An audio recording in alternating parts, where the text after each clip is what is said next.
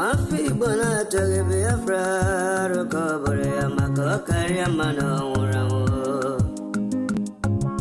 Mafi bona toge Biafra rokobore kari amano uramo. Mafi bona toge Biafra rokobore amako kari amano urugo. Mafi bona toge Biafra rokobore kare mano imana deka dinta jaravia gane buge baya we mana deka dinta jaravia gane buge baya ogano chore aso coach patena bagati tinno Ogago chere asa coach, but no baget it in no abo.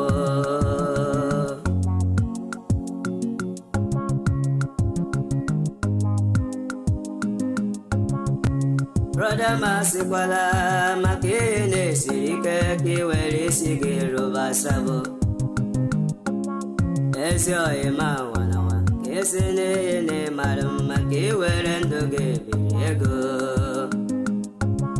Imana bunkage maki we esendelu enye dia oni nekero sabo Ndu he mborabo on weekend chuhosa Ndu he mborabo on weekend chuhosa Sabo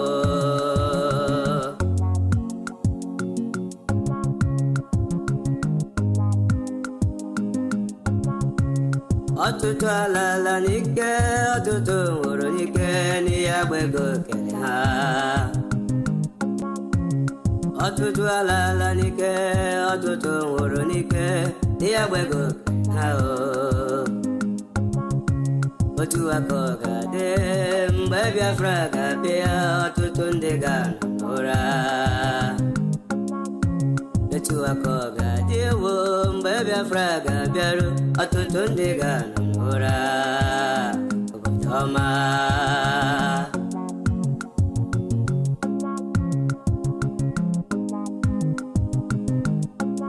Nwafọ Igbo na-achọghị Biafra arụkọ obodo ya ọ karịa mmanụ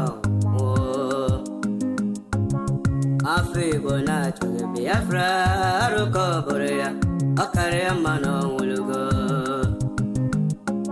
Nwafọ Igbo na-achọghị Biafra arụkọ obodo ya maka ọ karịa mmanụ nwụrụgo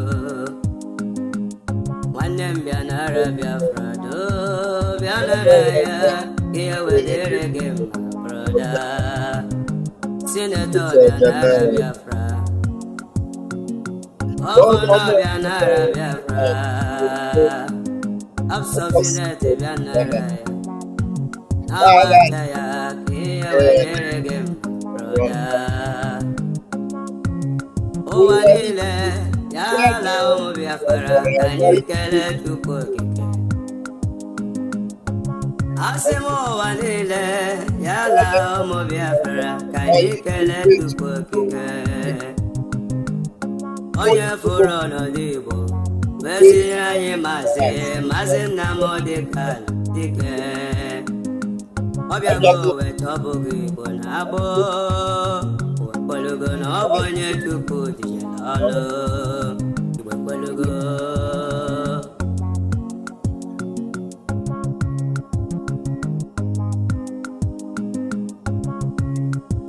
Ndom sina chuku, karakam sina chuku, aburu Victoria Wankwo. Ndom sina chuku, karakam sina chuku, aburu Victoria Wankwo.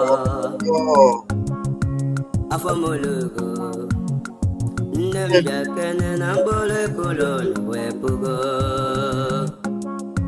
Mami mo jakene, ndem jakene nambole kolon wepugo. Nama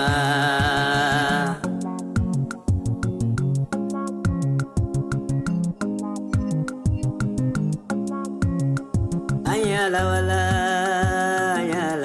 na la nke Chukwu kwere anyị na nkwa. Anya lawala gawala na la nke Chukwu gọziri anyị. Ala Biafra obodo ọma ebe abịa si selie obodo ọma.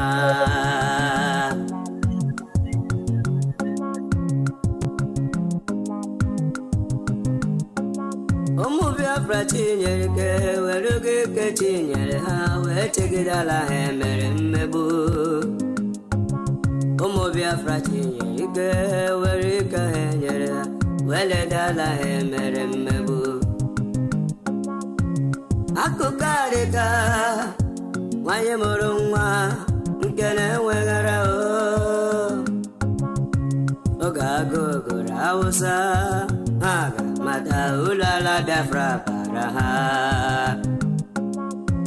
Oge agụụ gụrụ Hausa ka ga-amata ụlọ ala Biafra bara ha.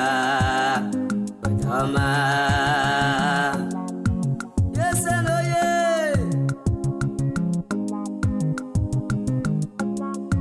igwe bute ụzọ bịago, agụ na-eche mba bịago, dogwu na-eche Igbo niile. Igwe bute ụzọ mo, agụ na-eche mba bịago, dogwu na-eche Igbo niile. Nwa chi na-amara eju, Igbo ekwelugo na ọ bụ chi Biafra nyere ka ọlụ. Igbo ekwelugo.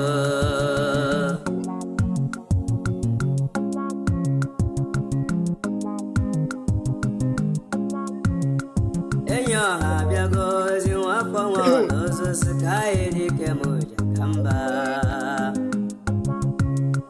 Enyi ọha bịa n'ozi nwafọ nwa ọzọ si ka anyị dike m ụja ka mba. Omenne ji m ome nwanne nwa Jehova m tere mmanụ. Fada Ambassador of Peace. Kedu maka obere nwa High Priest nwanne ebute ụzọ Samuel of the Old obere nwa Chineke tere mmanụ ka aka nwa Jehova. Kedu maka Zuma Rock Oshekebo Rock asị ka Chukwu okike abịama na-edu anyị na-eje n'alata n'aha Chukwu okike abịama. Ise ọgbọgụmụ soro si pasi bụ agha. Ọgbọgụ mewo abịa ma mọkwa gị soro si pasi bụ agha. Mgbe na ya mekọme ha wagidere ya n'etiti ndụ na ọnwụ. Mgbe na ya mekọme do awagidere ya n'etiti ndụ na ọnwụ. Bagi gbalị ọgụ Nwachukwu okike abịama na agbara ọgụ aliru nwa Chineke.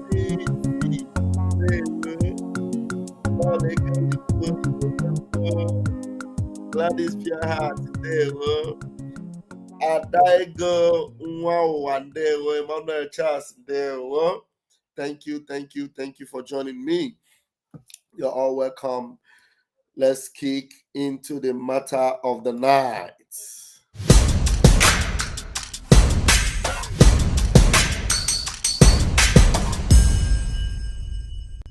The foundation for the liberation and independence of Biafra has been laid by this government, and it is very, very strong. We build this particular foundation of the liberation on solid rock. Are you not seeing it? We are not shaking. I am standing very, very strong, making sure that I'm taking the bullet that they are firing at Biafra people, because their target is you. They believe that once they take Mazen Nnamdi Kanu out of the way, they will come for all of you. That is exactly what is happening in other parts of Nigeria, because nobody is there to stand on the way for them. And they are annihilating people, killing them, sending them to IDP camp. I told them, you see this face, okay, deceive very well. To deceive you. The momentum of the Biafra liberation today have necessitated all the discussion you see. Everybody is talking. Release Mazi Nnamdi Kanu. Why are they keeping him? Some of them claim that he was not fighting the way I'm fighting, but you kidnap him. Some of them are now addressing him as a gentleman, but you went and kidnapped a gentleman. Yeah. They say, oh, he's more reasonable. He's not, but you kidnapped him. What were you thinking? All of them contributed money. When Mazi Nnamdi Kanu was speaking, it was their headache. They couldn't sleep every day. Oh, Mazi Nnamdi Kanu, he's destroying Ali Igbo. Oh, Mazi Nnamdi Kanu, he's doing this, he's doing that. Today, Mazi Nnamdi Kanu is no longer destroying Ali Igbo. Mazi Nnamdi Kanu is no longer causing problem. Mazi Nnamdi Kanu is no longer is the good man. He's the only man now that is very reasonable. And I have not even started because you see what Agaku Nigeria Igwe. Agaku Nigeria Igwe. And you know the next level is by taking all their terrorist barracks, taking all the government houses. That is the next level we will go because it is part of the defense of our land. These places are places where the attack against our people are being planned.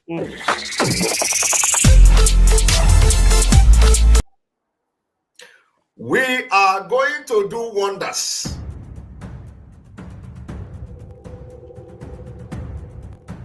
I want you all to understand that we are in a very big battle. Battle for freedom is not for lily-livered people. It's not for kids.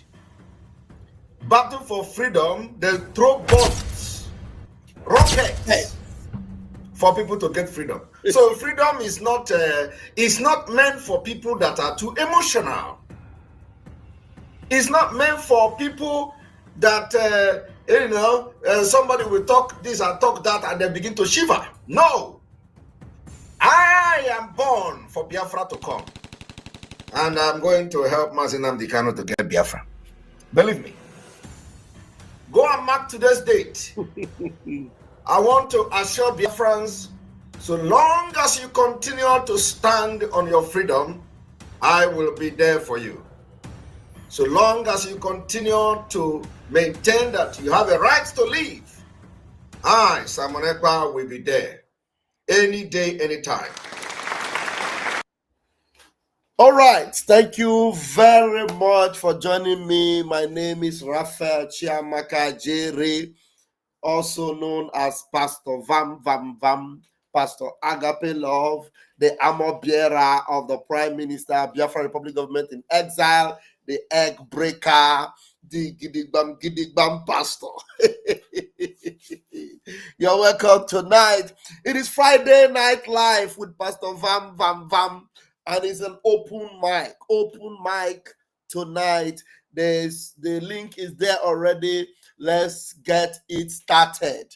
I have a very important update for you, and I want you to tag Soludo. Where is Soludo? Because Soludo have turned himself into another hopeless danger. Soludo and his Ebubago and his Aru gachi. Udo gachi. But if I got one hana baneabu Aru gachi. Aru mpu na arụ gachi. Ndị achịkọta ekwu ọnụ ndị zoo chịkọtara. They are paying you to be destroying Biafra land. Now, we have busted Soludo again. Biafra Angels. Oh, my people, you need to give Biafra Angels a round of applause. I'm going to show you evidence tonight. Give Biafra Angels a round of applause. Odirizi. Soludo wanted to put I everywhere in Biafra land. He wanted to put I everywhere. But the Biafran Angels, hey, they busted them. They didn't know that while they are putting the I, our eye was seeing them. Hey,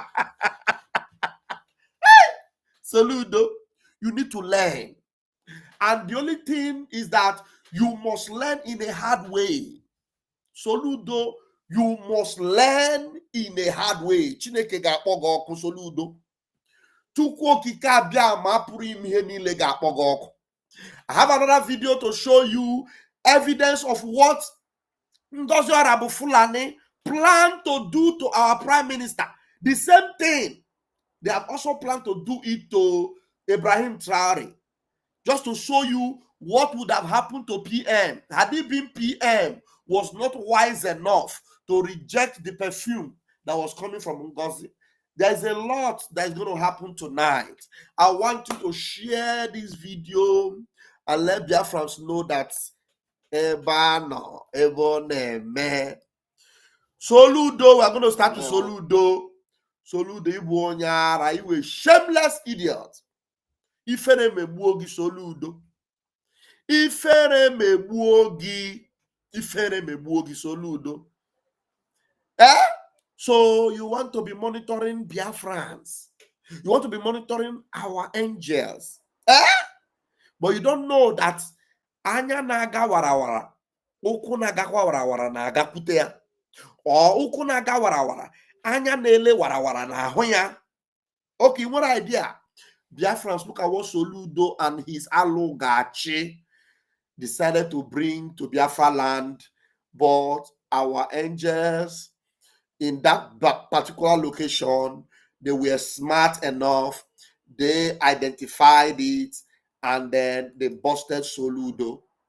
What you are seeing here, I'm going to play the video. They are video camera mounted by Soludo's criminal Achi Ebube. Soludo criminal Achi Ebube. Is this CCTV or whatever you call it? They mounted in Biafra forest, but they didn't know that it is our angels that are the original forest guards. We own the forest. It is our forest guards. And you cannot, instead of Soludo to be thinking of how to better the lives of the people that he's collecting money from the zoo government, money that belongs to Biafra anyway, but Soludo is uselessing the money and now equipping Achi Ebube, buying case what do you call it? Telecamera. Buying camera and fixing it in the forest. Buying camera and fixing in the forest to be seeing the movement of our boys, to be seeing the movement of our men, but he didn't know that while they are even fixing it, our own eye was already seeing it. Now I'm going to play it for you to hear that Soludo doesn't know that the land belongs to us.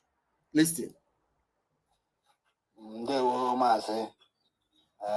As a Kame Temana, Yauka, the Maya Josime, Tamana, Ebawara, the Kuka, Positran, the Degasi. Majizeba, Runa, draw Sahabafa, Batroso, with a zero. I end up by him with a Sarana, Yesuha. As Kame Temana, I took a share, I heard the Sura. CCTV camera, Monitor, Mahamon, Pahamama, Wahama. So Nande goes up with the Chilake, CHBD. So you have time with Nina as a Kame Manapaka. You know here? CCTV camera Soludo. I na to kosia anymore here, Bona. Ebana amount to CCTV. Ebona amount to CCTV. Ojina monitor. Amami hona monitor. Soludo CCTV guy in 18. Our hag na you already I were na who ndi Fulani no name or here na finally Sochi has. So in Kegi with him monitor and the boys say a boy see nature Obodo. Nkegi bu him out to CCTV. It is Sochi boys say nature Obodo. Soludo Hanile Waha all their movement I na monitor Hanile. Bob na hat area. Any CCTV hat here anywhere. As far as no Soludo na boys yet here, I got pluck here off. And the honey nigga, I got cho. I got cho na Biafra land. Here me wogi Soludo. Soludo here me wogi. Nothing de Anambra ne ba kwarere here. That is a massive number can no way can no ni me. The way how ni ma ije me or you got a CCTV camera. Or you can send in the Ebube Atoroge and in the Arugachege. Can I try to Biafra? Chon de Hagebu. Ki we one day full and in Arutara horror of ma. Soludo here me boogie. Look at it, Nequel. I'm on the Haga this surprise. Like Agoragena, I want Obodo belongs to us. Obodo Bunkai, Biafra land Bunkai. A way on your banana for Fulani, I get no hair to breathe in Biafra land. You will not breathe. You will not breathe in Biafra land. Jukwese, the Fulani no we have far matago that na Ndibo is no go area. They know that you cannot try us. You can't survive as far as Ndibo is concerned. As far as Biafra land is concerned, they know they can never survive. That's why you see them. They are starting to, take their camp and take the territories that is easy for them in the north. And now they are taking territories that are very easy for them in the west. They are going to take over all the Yoruba land if Tinubu does not open his eyes and know that the opportunity he have is to save Yoruba, not to work for Fulani. They are already grabbing all the Yoruba land. Let them come and try it in Biafra land now. Come and try it in Biafra land. Is it by mounting CCTV? Look at it there now. Is it by mounting CCTV? Chineke kpọọ n'ọkụ. Weta kwuo more CCTV bịa ma ntụọ.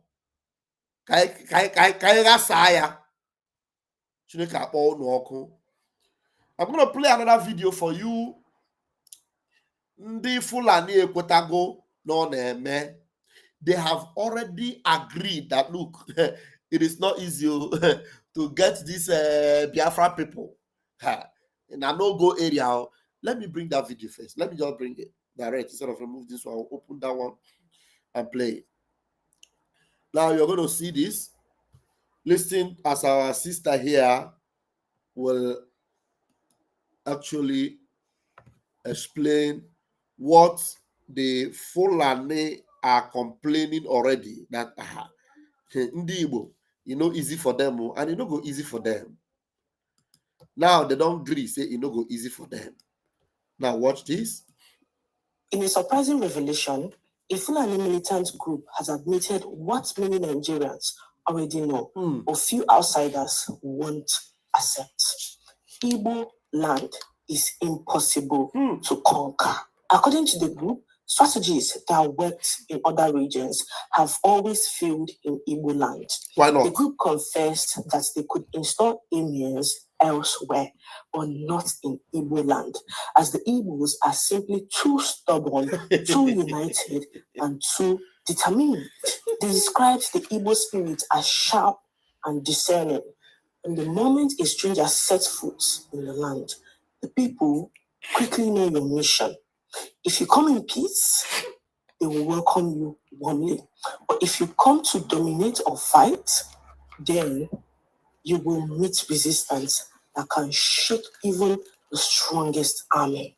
They admitted that the Igbos don't make noise about war or power, but when provoked, their response is unforgettable and often humiliating for the aggressor. History already speaks for itself. During the Nigerian Civil War, despite being isolated and blockaded, Biafra stood its ground against Nigeria and its foreign backers. That level of endurance, the group admitted, showed the world that Igbo fighting spirit is not ordinary.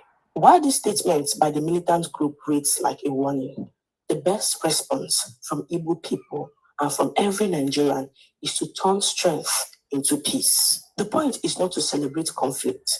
It is to recognize that Igbo spirit, resourcefulness, and determination are real. Those qualities should be used to build prosperity, defend rights, and negotiate a fair place in a united Nigeria, not to glorify violence. Igbo land remains unconquered not because its people crave war, but because they are united, industrious, rooted, and proud. Their strength is a call for justice, respect, and lasting peace. And that is what must guide us forward. Thank you, my sister. Now I'm going to play it again, but before I play it, let me announce to the enemies of Biafra. Let me announce to the enemies of Ndibo. You know that thing you people dreaded so much. That thing you people are so much afraid of. A united Ndibo. It is coming very, very close. You are now, God is going to use you to force that unity upon Ndibo. I know that there have been a lot of infiltration. I know there have been a lot of corruption. I know so many have been bought, but that is not the identity or the DNA or the true characteristics of Ndibo. Ndibo are the Ekumekus. Ndibo are the formidable warriors, the Issachars, the tribe of Judah. Ndibo, very formidable. You cannot divide us. Unity have always been our key point, our focus, our focal point. We have always been united. We know how to win. Enemies do not crush us. We crush them with determination. That thing you people feared, that made you to come and divide to rule, that come and bring divide and rule in the midst of us, divide to conquer. We have defeated it. And gradually, yes, it is taking us time, but slow and steady, we are getting there. That thing you dreaded so much about us, look at it. It is staring in your face. The unity of Ndibo. Let me tell you, it will be forced on us. Even though there are so many of Ndibo that did not understand that we need to be united to defeat this our deadly seven-headed demons. We need to be in a united mode without compromise or without distraction. We are getting there. You know what is going to force us there? This consistent attack, this steady humiliation upon our people. They want to force us home. They think that the way Fulani is penetrating the north, the way they are penetrating the west, you think that those of them that are getting close to Alibo, you are using Enugu and using Ebonyi and trying to use Soludo to come in. Look at the way we are arranging them. Look at the way we are systemizing them. We are going to continue to contain them. By the time you think that you have succeeded in destroying our businesses in Lagos, in Kafanchan, in Kaduna, in Abuja, our people will come back to their senses as they return home. Hey, Chineke meru mebere.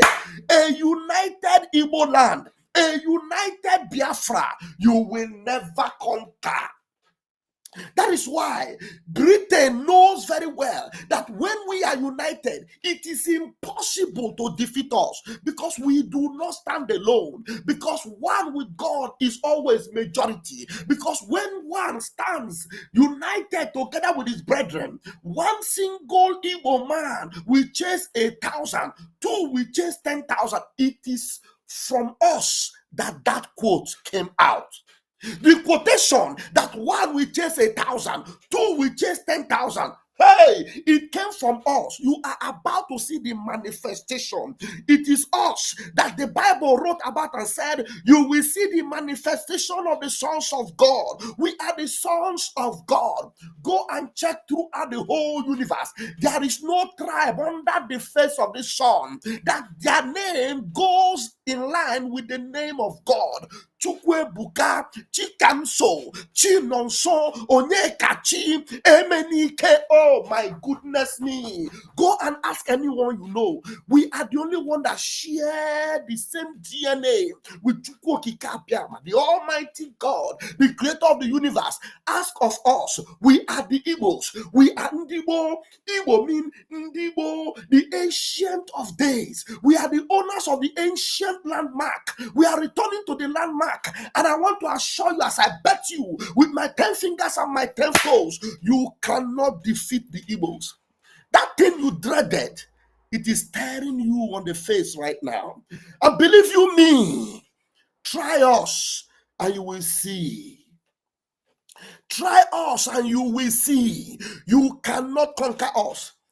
Right now, I dare tell them that Igbos will be united. These differences you are seeing today, it is going to separate the chaff from the wheat. And as the chaffs are being separated from the wheat itself, the wheat will stand in one bundle. And this united wheat of Ndibo, hey, before you try us, you will think twice. What is making them afraid? By confessing that a united Igbo, they cannot defeat us. That unity is coming. I tell you, it is coming. I say it is coming. I can assure you it is coming. That thing you dreaded so much and you are afraid and you don't want it to happen, by bringing division among us, by going to buy some of our brethren, pay them money to begin to destroy us. That is the reason why Gumi said, recruit Igbo boys, train them to fight IPOB. Did you forget that Gumi said that? Why did he say it? Because he knows that a united Igbo, a united Biafra nation cannot be defeated. So instead of sending their terrorist army, because they have sent so many and they did not return, now he said, train their own boys to fight them. And that's why you see all this Ebube Uchicha, and you see all this Aru Achi. They call themselves Udogachi. Aru Mpuna in Anambra State. That is why we must continue to discomfit them. We must continue to break them down. We must continue to take over whatever the office they open for them anywhere, chase them out, set them on fire, destroy every abode they give to them, because they are not working in the interest of Ndibo. Soludo and his boys are not working in the interest of Ndibo. What they are doing is to divide us more. But that unity they dreaded, that Igbo unity that they were so much afraid of, it is about to happen. And by the time it happens, you cannot stop us. You see, that's the reason why they are holding Mazi Nnamdi Kanu. They are holding Mazi Nnamdi Kanu because they know that this is the only man that can unite these people. This is the man that can bring them together. If we bring him out now, even those that have different opinion, they will all forget about the opinion. All of them will be singing Nnamdi Kanu Omali Chanwa. All of them will be singing Nnamdi Kanu, another savior, holy, holy, holy. Nnamdi Kanu is another savior. Biafrans in Ebonyi will sing, holy, holy, holy. Nnamdi Kanu is another savior. Biafrans in the old Imo will sing the same thing. Biafrans in the old Anambra will sing the same thing. Biafrans in the old Enugu will sing the same thing. Biafrans in the old Abia will sing the same thing. All of us, despite our own kindred, will all be united. That is why the day Mazi Nnamdi Kanu went back home, when they gave him that bail in 2015, remember, the whole of Biafra land was standing still. The day they came into his place, and you see a sea of humanity. You cannot count them. They were in their millions. They were all gathered together unto one purpose and one cause. That is what they have dreaded, and it is about to happen. And we are going to make sure it happens, because united we stand and divided we fall. We will no longer be divided. This particular thing they are doing to us, that is what will make us unite. That should make us come together, because onya ajuraju ada ajuonwoya. Let us listen to this again. Very, very important. Let's hear it. Sister, please repeat it again. In a surprising revelation, a Fulani militant group has admitted what many Nigerians already know, but few outsiders won't accept. Igbo land is impossible to conquer. According to the group, strategies that worked in other regions have always failed in Igbo land. The group confessed that they could install emirs elsewhere, but not in Igbo land, as the Igbos are simply too stubborn, too united, and too determined. Did you hear that? They can install emir everywhere. They can install their stooges everywhere, and they will succeed. But in Igbo land, when they install, there will always be an opposition. Go and look, when they install emir in Ilorin, they didn't have any opposition. There was no Nnamdi Kanu to stand up and say no. There was no Simon Ekpa there to stand up and say no. But in Igbo land, when they put Hopu Sodema, there will be opposition. The only people that you will see singing and following Hope Uzodinma are people that Hope Uzodinma will go and pay. Sometimes he will even go and borrow Ndaboki. Did you notice it? When Tinubu is going to Imo State, Hope Uzodinma will go and borrow Ndaboki. That is why he will always make sure that nothing happens to them. Protect them, put army people to protect them in their own caban everywhere they are, so that when Buhari is coming, when Tinubu is coming, he will go and invite Ndaboki, wear them Igbo clothes. Or some of them are Ndaboki that can speak Igbo. You invite them and they will gather everywhere. You would think that there are Igbo people welcoming Buhari or welcoming Tinubu. It's a lie. It's a lie, because the only people that will continue to resist and refuse imposition on them is in the Igbo. When you hear that Igbo, that's the reason. That's the reason. We are united in one purpose. We will never be united in suffocation, in oppression, in dominance. We cannot dominate us, because we have the dominion. Every single Igbo man, every single Biafran is a dominator. We domain, we rule, we reign. Yes, that's who we are, proudly so. You cannot dominate us. You can't. You want to try us? You can't. That's why you see them, they will always buy people around. But when they put their stooge there, somebody will always stand up. Like now, there is this our brother. What's that his name again? I've forgotten his name. This comedian. I think I shared some of his video. I will remember his name. That he was very close to Soludo and the governors and all those people. But right now, if you go and see him on his this thing, his broadcast lately, you will see him telling the governors, telling them, what are you doing? Look at Mazi Nnamdi Kanu. Why am I forgetting this guy's name? Look at Mazi Nnamdi Kanu. You people are not doing anything about Mazi Nnamdi Kanu. You people are shameless. You people are a disgrace. I will look for his video. Before I finish, I'll play it. This guy was close to all this. When Soludo was paying content creators, he was among them. This guy.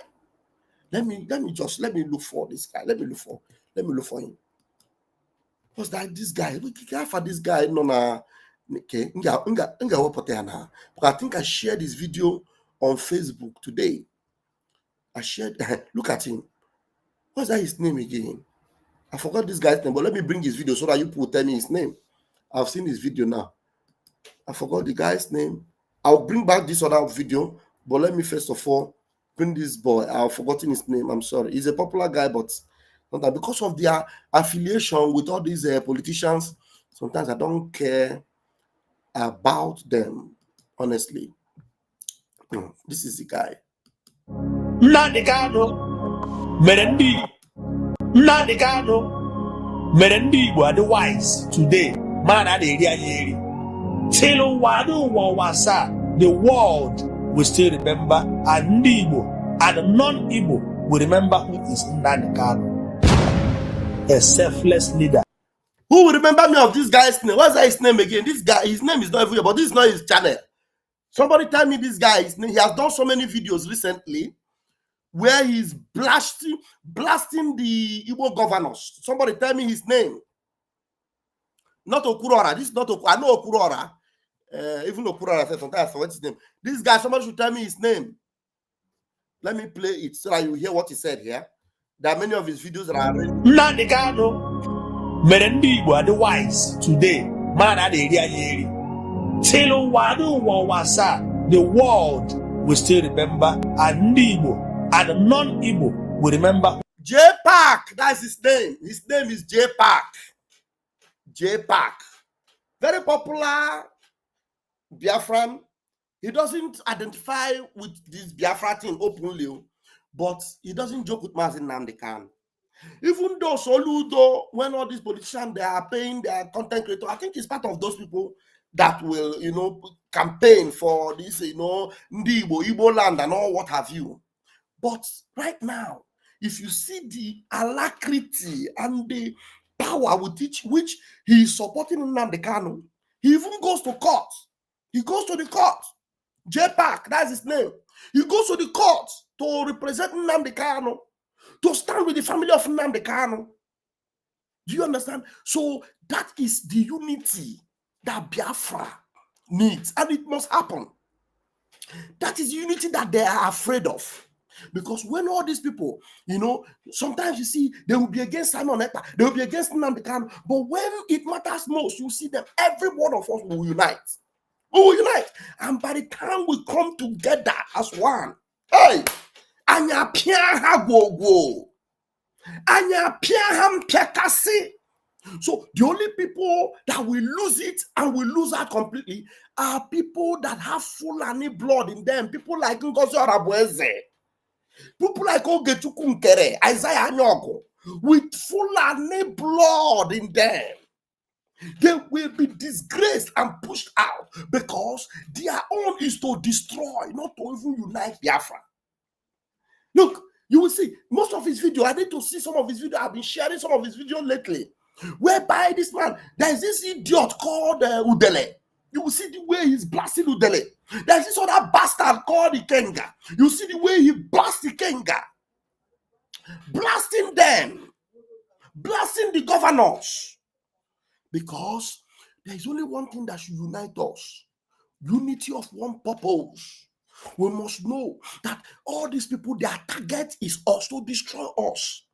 No matter what you benefit from Nigeria as an individual, if you do not stand with your people, at the end of the day, where will you enjoy that thing you benefit? Because their target is to destroy your land. Are you going to enjoy the money Fulani gave you in Fulani land?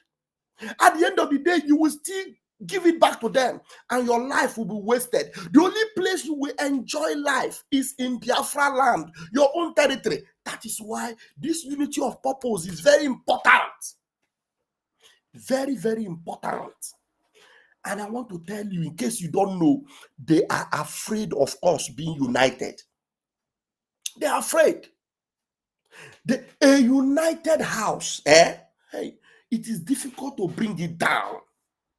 When a house is united, everybody's united. Now, you will go. It will get to a point whereby, like what is happening with Ibrahim Traore today, whereby some of his general, they will come and bring money in a briefcase. $5 million, $50 million, call them aside. Maybe somebody that have never seen $1 million in their life before. Where will they see $1 million? Somebody that have not even seen $100,000. You will bring $5 million in a briefcase and call him and say, look, they'll open it. This one is your own. All we need you to do is give us the way to go and target Ibrahim Traore. Or maybe this is a silent pistol. It's in a barrel. All you need to do is just when you are in a meeting, just do that. Bam, it will shoot him. And that 5 billion is yours. You know what they would? You know what they are doing now? They will collect the money from them and say, okay, you mean all this money is my own? They will say, yeah, it's okay. And they will be happy. Hey, we have gotten Ibrahim Traore. The next morning, they will see that money that they gave to that man to go and unalive Ibrahim Traore. Ibrahim Traore will be the one to be reporting the news. They came to bribe one of my soldiers. And look at the money they gave to him to come and unalive me. They didn't know that we are united. They didn't know that we are united. That is the point they must get to as far as Igbo land is concerned. Whereby when they bribe you to destroy your own people, you will collect the money because we need it. We need it in our land. We need it to fix hospital, to build road, to use it, and because it's our own money, we will collect it. And then you come, Mazi Nnamdi Kanu, come and see, oh, they gave me this $5 million to show them where you are hiding. Look at the money. Mazi, we need it. Do you understand? That is the level of unity, commitment, and selfless sacrifice that we must arrive to know that we are better off in Biafra land. Your life in Biafra land is worth more than $1 billion. The fact that you are a citizen of Biafra is a priceless something. You can't put a price tag on it. You are a citizen of the holy land of Biafra, so you cannot sell it. So you need to understand how important it is. Because that time is coming. Right now, what is happening is purging. There is a purging going on. All the people that have a price tag, they are being purged right now. All the Ngozi Orabuezes are being purged. All the Isaiah Nyog are being purged. All the Sonia Parawa are being purged. All the Chikodre are being purged. All of them, purge them away. Anybody that can be influenced by money, all the Chinas and Woru Oya, all the Chikedoze Ngwa, all the Kenguru Agun Oya, all the Udelengwa go. We will purge all of them because these are people you can influence with money. All the independent media. Ooh. Independent God. Ooh. You blow them, you put them like powder in your hand. You know why? Because they have a price. You can pay them, you can bribe them, you can buy them. So this period we are now is a period of purging. The purging might involve a lot of people that will be cleansed away, so that the numbers that are left will be so united, so strong, so formidable, so unbreakable. So unbreakable. So this is a J-Pack. You see, standing gidigba for Mazin Nnamdi Kanu. Hear him. Nnamdi Kanu mere ndị Igbo adị wise today. Man adịghị eri. Till wasa, the world will still remember, and ndị Igbo and non-Igbo will remember who is Nnamdi Kanu. A selfless leader who does not want to take a bribe. Kiwabu governor, gini ka ga-enye to take it. Shame on you. Nnamdi Kanu. Did you hear it? Kiwabu governor, gini ka ga-eji rota gị. Shame on you. Shame on you. Remember, so a while ago, not so long ago, Soludo called them together. J-Pack was there. Soludo called them together, gave them 400,000. Now he is asking them, give Abu Soludo 400,000 again. When give Abu Soludo shame on you. Shame on you. There are so many videos I shared. Let me be bringing them. Hope I am not going to be showing some. Okay, let's play some videos here. After this video, there are other videos you'll be seeing. Let me play them so that we'll get it over with before I'll go and attend to Orabu Fulani. I'm telling you, Orabu Fulani. Hey, Chineke mere that shameless woman. Nnamdi Kanu mere ndị Igbo adị wise today. Man adịghị eri. Till wasa, the world will still remember, and ndị Igbo and non-Igbo will remember who is Nnamdi Kanu. A selfless leader who does not want to take a bribe. Kiwabu governor, gini ka ga-enye to take it. Shame on you. Nnamdi Kanu. It's okay, let's go to another video. There's another video. This one is okay. Let's hear this man. See these Igbo people. We have no choice. We have to work with them, because if we don't work with them, we will end up commonly enslaved. Are you hearing it? See these Igbo people. We have to work with them. They are beginning to realize how united, how powerful we are, how solid we are. See these Igbo people. We have to work with them. If we don't work with them, we will end up being enslaved. These are the educated people in Yoruba land that understand what life is, that understand the times and seasons. This is Dele Farah to me. Hear him out. See these Igbo people. We have no choice. We have to work with them, because if we don't work with them, we will end up commonly enslaved. This was the basis of engagement at all points in time, because we understand very clearly that the handshake across the Niger is not just empty talk. It is something that must happen if Nigeria is to ever become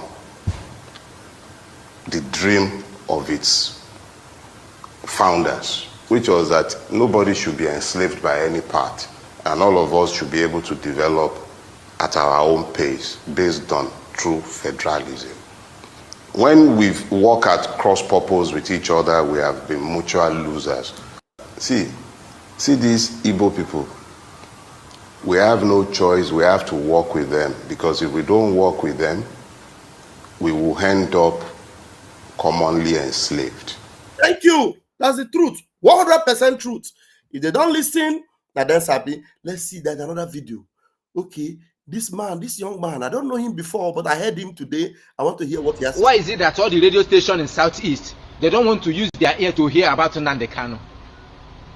If you call them on phone, maybe on radio station, you call them to complain concerning the illegal detention of Nnamdi Kanu, them go cut call. Why? All the radio stations in Southeast, they don't use their ear here of Nnamdi Kanu. Igbo people, we are lost. We are lost.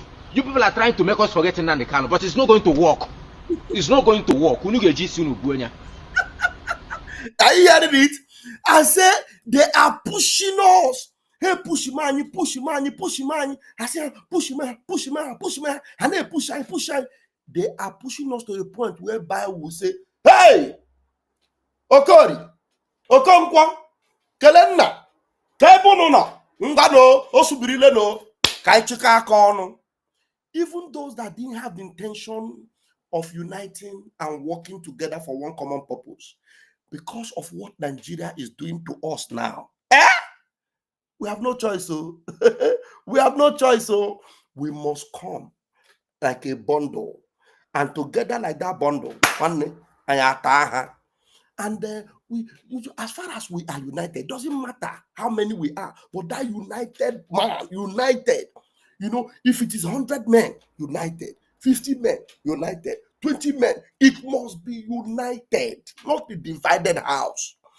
If the house is divided, there is always a problem. But once the house is united, one day, they will not survive us. They are already afraid of us. I will bring back that video of that girl, of that lady that I was talking about before. Because that is the bane of contention. That is the main thing. They are already complaining that they are united. We cannot do anything about them. You see these Igbo people, they never see anything. Yeah?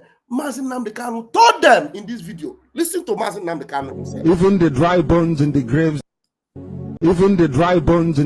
that begin to shake, they know the time has come.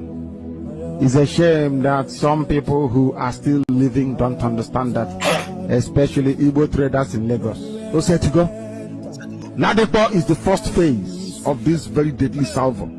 They will destroy your businesses. After that, they will take over your houses. When I make way for them, I want you to be writing down what I'm saying. Write it down. Even the dry bones in the graves that are beginning to shake, they know the time has come. It's a shame that some people who are still living don't understand that, especially Igbo traders in Lagos. Osetigo. Ladepo is the first phase of this very deadly salvo. They will destroy your businesses. After that, they will take over your houses. When I make way for them, I want you to be writing down what I'm saying. You see that? Even the dry Onyendu have said it, and now the bones must come together. Dry bones must come together. Now, this video, I want you to hear this one. I know that this guy is up and down, left, right, and center, but time has come. All those that Ngozi or Abu Fulani have deceived, all those that Isaiah Nyogo have confused, it is time for you to know that there is a unity of purpose for us to come together. Leave those divisions, all those, leave it. In this united house, we must win. Now, let us listen to this young man exposing all the, you see all the pictures they have there? These are the Fulani blood, that you can see their pictures, that this young man hang their pictures here. Let's hear what the young man have to say about them. Let's go. 1 minute. Greetings, Biafrans. Greetings, lovers of freedom. Greetings, depending your time zone or anytime you're coming across this video. So please like this video, comment and share this video. It is very, very important. And tag this idiot in a my screen. Because on a pontu, as on South Africa, but pontu. So according to him, allegedly, as Nyawana Pongwe Ikenguru Ago, which is no Onye Newi, but according to allegedly, Nana Sena Bronye, na Dama Nabronye Newi, Nani Ameraro, Nimo State Ebusi, Achoya, Pierina Newi, Modis Agatu, Modis fool. Tell me him Chorebage. Because HF Kwale like video, share this video. Your opinion on the comment section. Today I'm going go down on the Lumeri bien across this video. Because most of you nada comment in support of these fools. Most of them man. So somebody like this guy in Afuna as now they make home South Africa Bono. Somebody like him. So here this guy question Mabu. One, he can never be a free man in Igbo land again. That's how that is normal. It is normal. It is normal. You cannot come to Igbo land and be a free person, as things is. So you see them. All these people are the things, the ones that we need, that will be filtered away, and we will need to bring the Biafrans, the blooded Biafrans, those that know that their name is Biafra and they belong to Biafra. It is time for them to come together. There are a lot of videos here. I have not played them. A lot of videos that I shared on this page. Anyway, time will fail me to play all these videos. The videos are plenty. All right. But anyway, let's go back to the lady. But before I go back to the lady, no, I want to bring the video I told you about. The video that opened my eye to what Honorable Fulani tried to do to our Prime Minister, but she was busted. That same thing. There's another Honorable Fulani in Burkina Faso that wanted to do the same thing to Ibrahim Traore and was busted. I say, so this is what Honorable Fulani tried to do to our Prime Minister. No wonder Chukwu Kabiama did not allow her and she was busted. Come and see another Honorable Fulani second busted in Burkina Faso. The same pattern, the same style Honorable Fulani tried to use to poison our Prime Minister. And she was busted. Our Prime Minister told the security agencies and told them, look, what they told him, there's a perfume they sent for you. He told them, tell them I don't need the perfume. They said, he's from Ngozi Arabueze. He told them, anything that comes from that woman, please, I don't want it. That is how our Prime Minister escaped the perfume from Ngozi Arabueze. Listen, the same thing that lady you are seeing there tried to do on Ibrahim Traore, and she was busted. Listen to this young man as he exposed this thing. Let's hear it. News. There is this breaking news. There is this in-law to a sister-in-law to Ibrahim Traore. Her name is Isato. Now, there is a news that is getting to my desk. They said this girl, after Ibrahim Traore came back from Moscow, they said the enemies, the West, were able to use this girl to send a gift, a perfume to Ibrahim Traore in form of a box, a perfume. And a perfume. The same thing, Ngozi Arabufu. You know that the Ibrahim Traore, the enemies they are also fighting in the Sahel are Fulani. Fulani. The same thing. Why are they always trying to use perfume to destroy God's own generals? Perfume. And this one, they will happen to be people very close to you. The same way Ngozi wanted to penetrate our PN. Listen to this. Let me start it again. Breaking news. There is this in-law to the sister-in-law to Ibrahim Traore. Her name is Isato. Now, there is a news that is getting to my desk. They said this girl, after Ibrahim Traore came back from Moscow, they said the enemies, the West, were able to use this girl to send a gift, a perfume to Ibrahim Traore in form of a box, a perfume, and that perfume contains a chemical. Hey! Yes, contains a very bad chemical where fit by person. So now these people are desperately in need of Burkina Faso. They want to get rid of Ibrahim Traore through any means at all. So they don't even.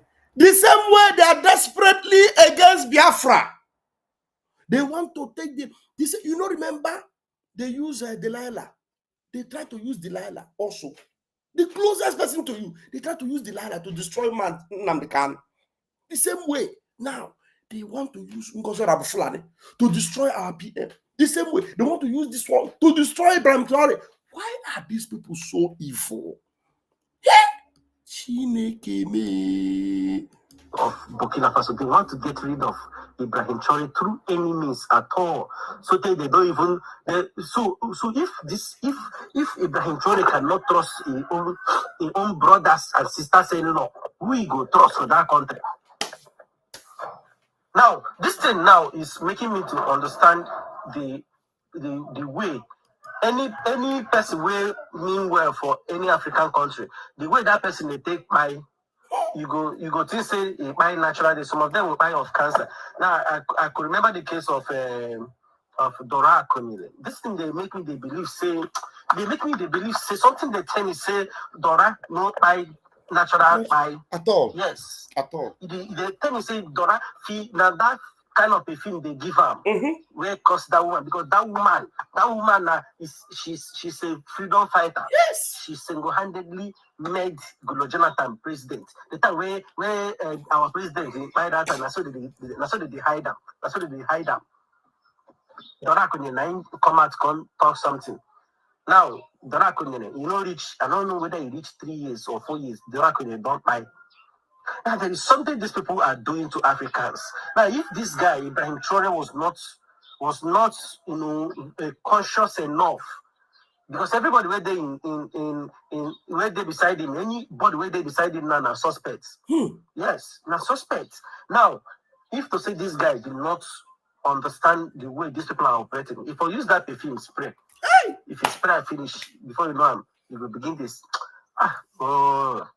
Africa. Africa. What the best thing we say, now still Africans then they use. I don't know. Hi, oh. Ndishoji. Did you see it? I am not exaggerating. The same thing Honorable Fulani was targeting. Tell me, why is Honorable Fulani sending perfume to PM in prison? What did PM go take perfume do for free where the whole am? Ask the shameless woman. If not that perfume is related with some substance, only God. Hey, you must be spiritual. Oh, this freedom movement, your eyes, you must have many eyes around you. That's why you see PM. You see that hand is doing like this. That eye you see behind it. That eye can see far. That eye can see far. That is why instead of PM, as we see him, that instead of him to come and start having anything to do with Ngozi, for him, it's better that he just stay there. Instead of him to come out and talk to Ngozi, because Ngozi does not want him alive. The same way Ngozi is looking for everything possible to bring down Igwe Butuzo. If you see some voice notes I listened to today, which I'm not permitted to bring them out, how Ngozi is making every plan to penetrate into Igwe Butuzo. Now, Ngozi target now is looking for Igwe Butuzo phone number. Some of them are trying all their possible best. They are pressing. Thank God for our solid Mama Biafra, solid Mama. Some of them, they want to penetrate and enter. Oh my God. You can look, this freedom, you see this freedom? There are people anointed to get this freedom, and they have taken their position. You can't penetrate us. We are not buyable. You can't buy us.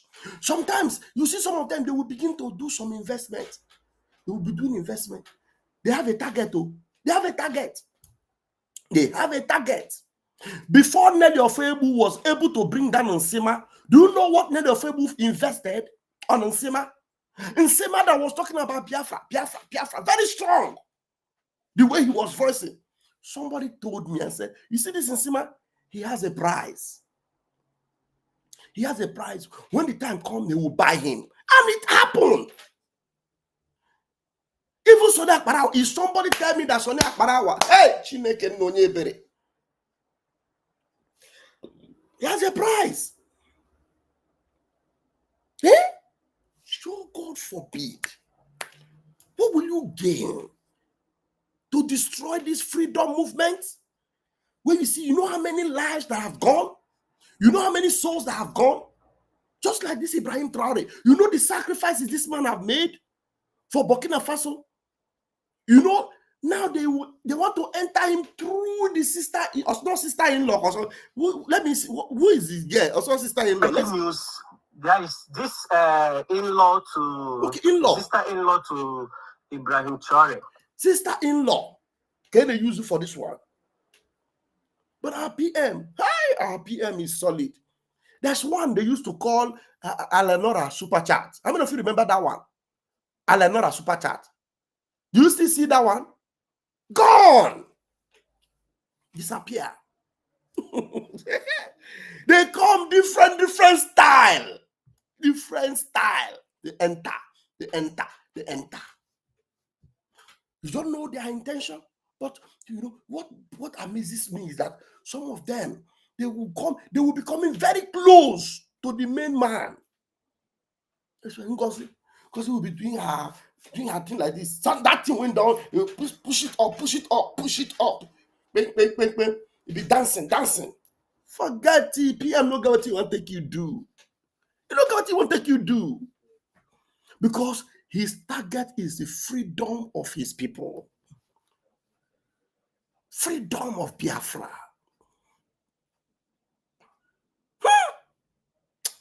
Chukwu Kabiama will bless you. Thank you, Chukwu Kabiama, for sparing the life of our Prime Minister.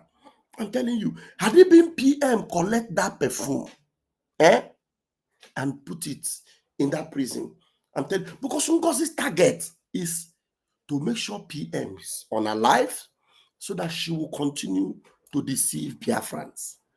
But where Ngozi is now is just a number.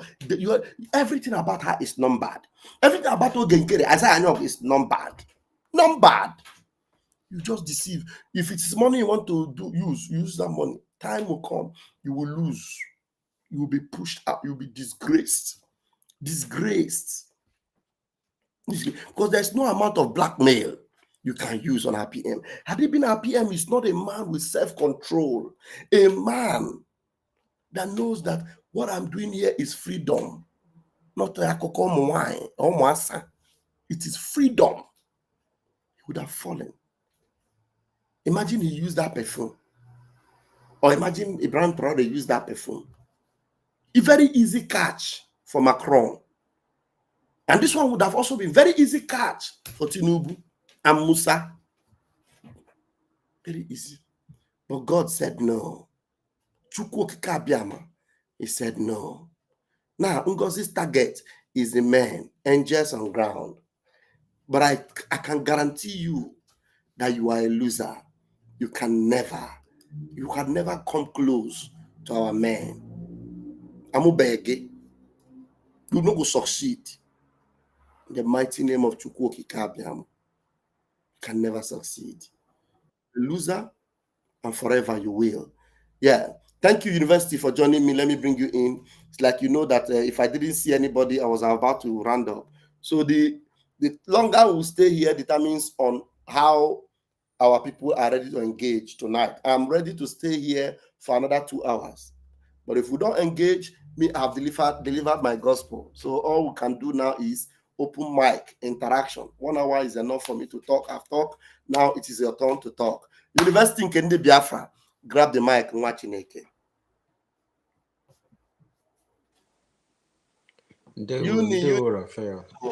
Ndewo. Ndewo. I was going to open space, but I was a little bit busy. But I'll open space tonight. So if you open, that means if you close, if you open space, will they rock and they go? Yes. First of all, thank you so much for what you're doing. Uchigo Kikabiama, bless you. You are the toughest media warrior of our time.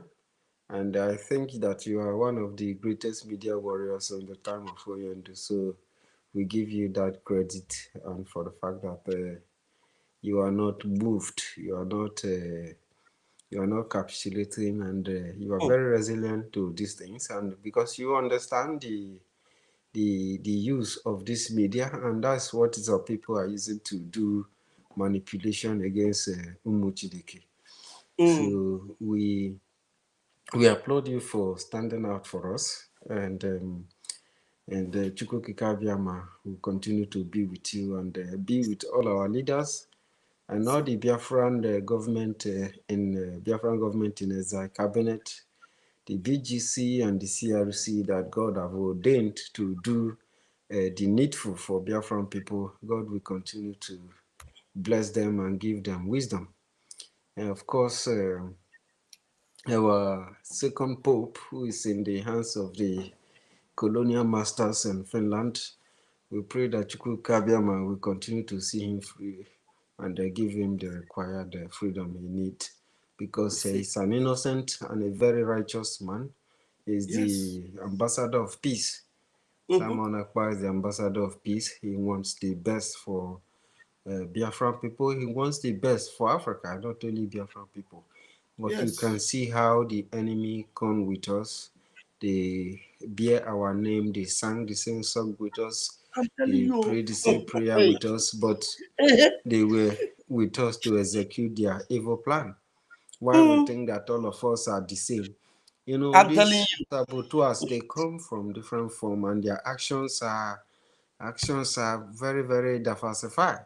And you cannot tell if they actually come for freedom or they come to destroy the building that we are building. You know, so what baffles me and what surprised me is that people that have gathered together to try to establish a strong foundation that can be able to sustain its people in the future has decided to, to betray themselves. To begin to rob Biafran people, and resources are very scarce. We need all these things to be able to do the right thing in the homeland, but some people will be diverting it inside their pocket, so we'll be diverting it to America. Now, in their recent program, they have changed or their entirely. They are saying that they have resolved. The reason why they resolved to, they're explaining themselves anyway, that they have resolved to, dealing with America and the Congress, not America, Congress. So, and they're explaining another story I'm hearing now. Some, whether it's Ngozi group or some fake people, they started lying to some of our group and saying that they need 23 million. That if they give them 23 million, that somebody that helped Masin Nnamdi Kanu to come out before, that they will give the person 23 million, that the person will go and do for Masin Nnamdi Kanu to come out. And the thing got into the ears of Igwe Butos. I heard the voice of Igwe Butos. Igwe told them and said, 23 million. Give me 23 million today. Give me 23 million today. You see, that anywhere you see Fulani in Biafra land, you will know that Igwe is not there. Give me that 23 million. So you want to collect 23 million from Biafrans and go and use it. And that's what they did. What they succeeded in doing is to depreciate the necessary fund that will make things to happen. Exactly. They were almost succeeding. Thank God that these men are resilient and have decided that come rain, come shine. Even if Biafrans are not deciding to bring it to them, they will keep at least protect themselves first until Biafrans wake up. And that time that Biafrans need to wake up is now. That unity they have been dreading, it is about to happen. That Biafra, because you cannot tell me that when they drive them from Abuja, they drive them from Lagos. And those of us in diaspora will see what is happening. Tell me why we will not come together under one umbrella and say, oh yeah, Nnamdi Kanu, Simon Ekpa, oh yeah, what do we need to do now? They will wake up, you see it. By the time they collect the business of Obi Kubana, collect the business of Okubana chief priest, money, nothing will be left for him in Lagos. They will be forced. If there's any money they have left in Biafra land, they will say, oh yeah, where's the Obunigwe? Oh yeah, let us light up everywhere. You will see it. Exactly. You know, so that's the status quo that these criminals that work with ONDU created, they try to present the struggle to the public as if it's a kind of a business thing between people, you know, scamming people, and it's all about money. Even when Soludo come out to say that they are working with these people, and they've paid them and all that, so they are no longer. So all those things are criminality, and that's why people can come out and begin to say that you give them this. A lot of people we have lost money in this struggle. How? Some people will come and say that they are this, they can do this, they can do that, they need this, they need that. You give it to them and they disappear. So, do you know that Ngozi Orabueze said she spent 80 million a year to do march to do 80 million because of the 40 states in Biafra? Orabueze said she sent 2 billion to share among the people, that every state you give them 2 million. They just came out and carry flag. Give that thing to angels on ground. 80 million. Give them. I'm telling you, they will make sure all the loophole in Old Anambra, where those zoo janjaweed are passing, they will rig it with Obunigwe. But then they rig Anambra, rig Bonyi, rig Enugu, everywhere with Obunigwe. Tell me where they will pass and come into Biafra land. There will be nowhere to pass to come into Biafra land. But all these Madam Baba and all these people, that's why I'm calling on Biafrans to try to, you know, understand where to place. You know, sometimes when you are trying to stop all these criminals, some people think that, okay, you are fighting a particular person, you people want to do propaganda. No. We have a government, and the government have a priority.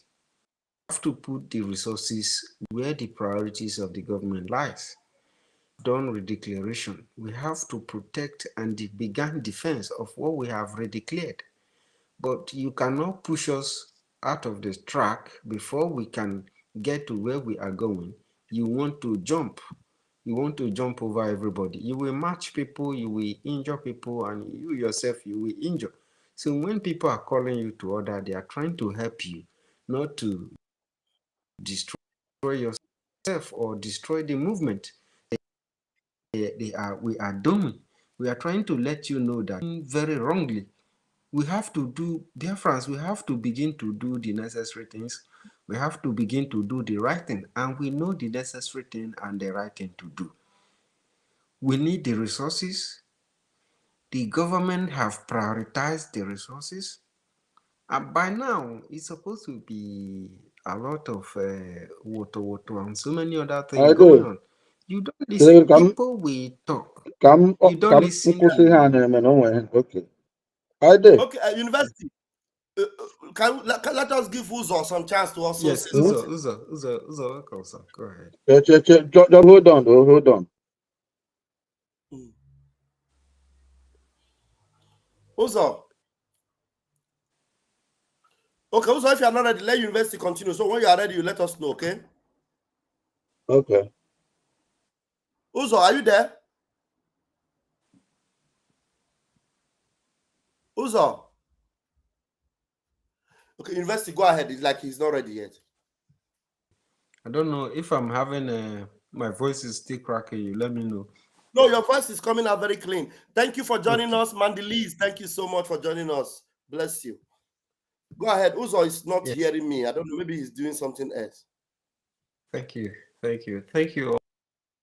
All Biafras that are listening. So Biafras, we have a government, and the government has labeled it priority. And we know the priority is the right thing to do at the right time, right? So we have this system, and our life is very much in danger. Our people, we are losing our people almost on daily, if not monthly basis. So the necessary thing to do is to resist these people.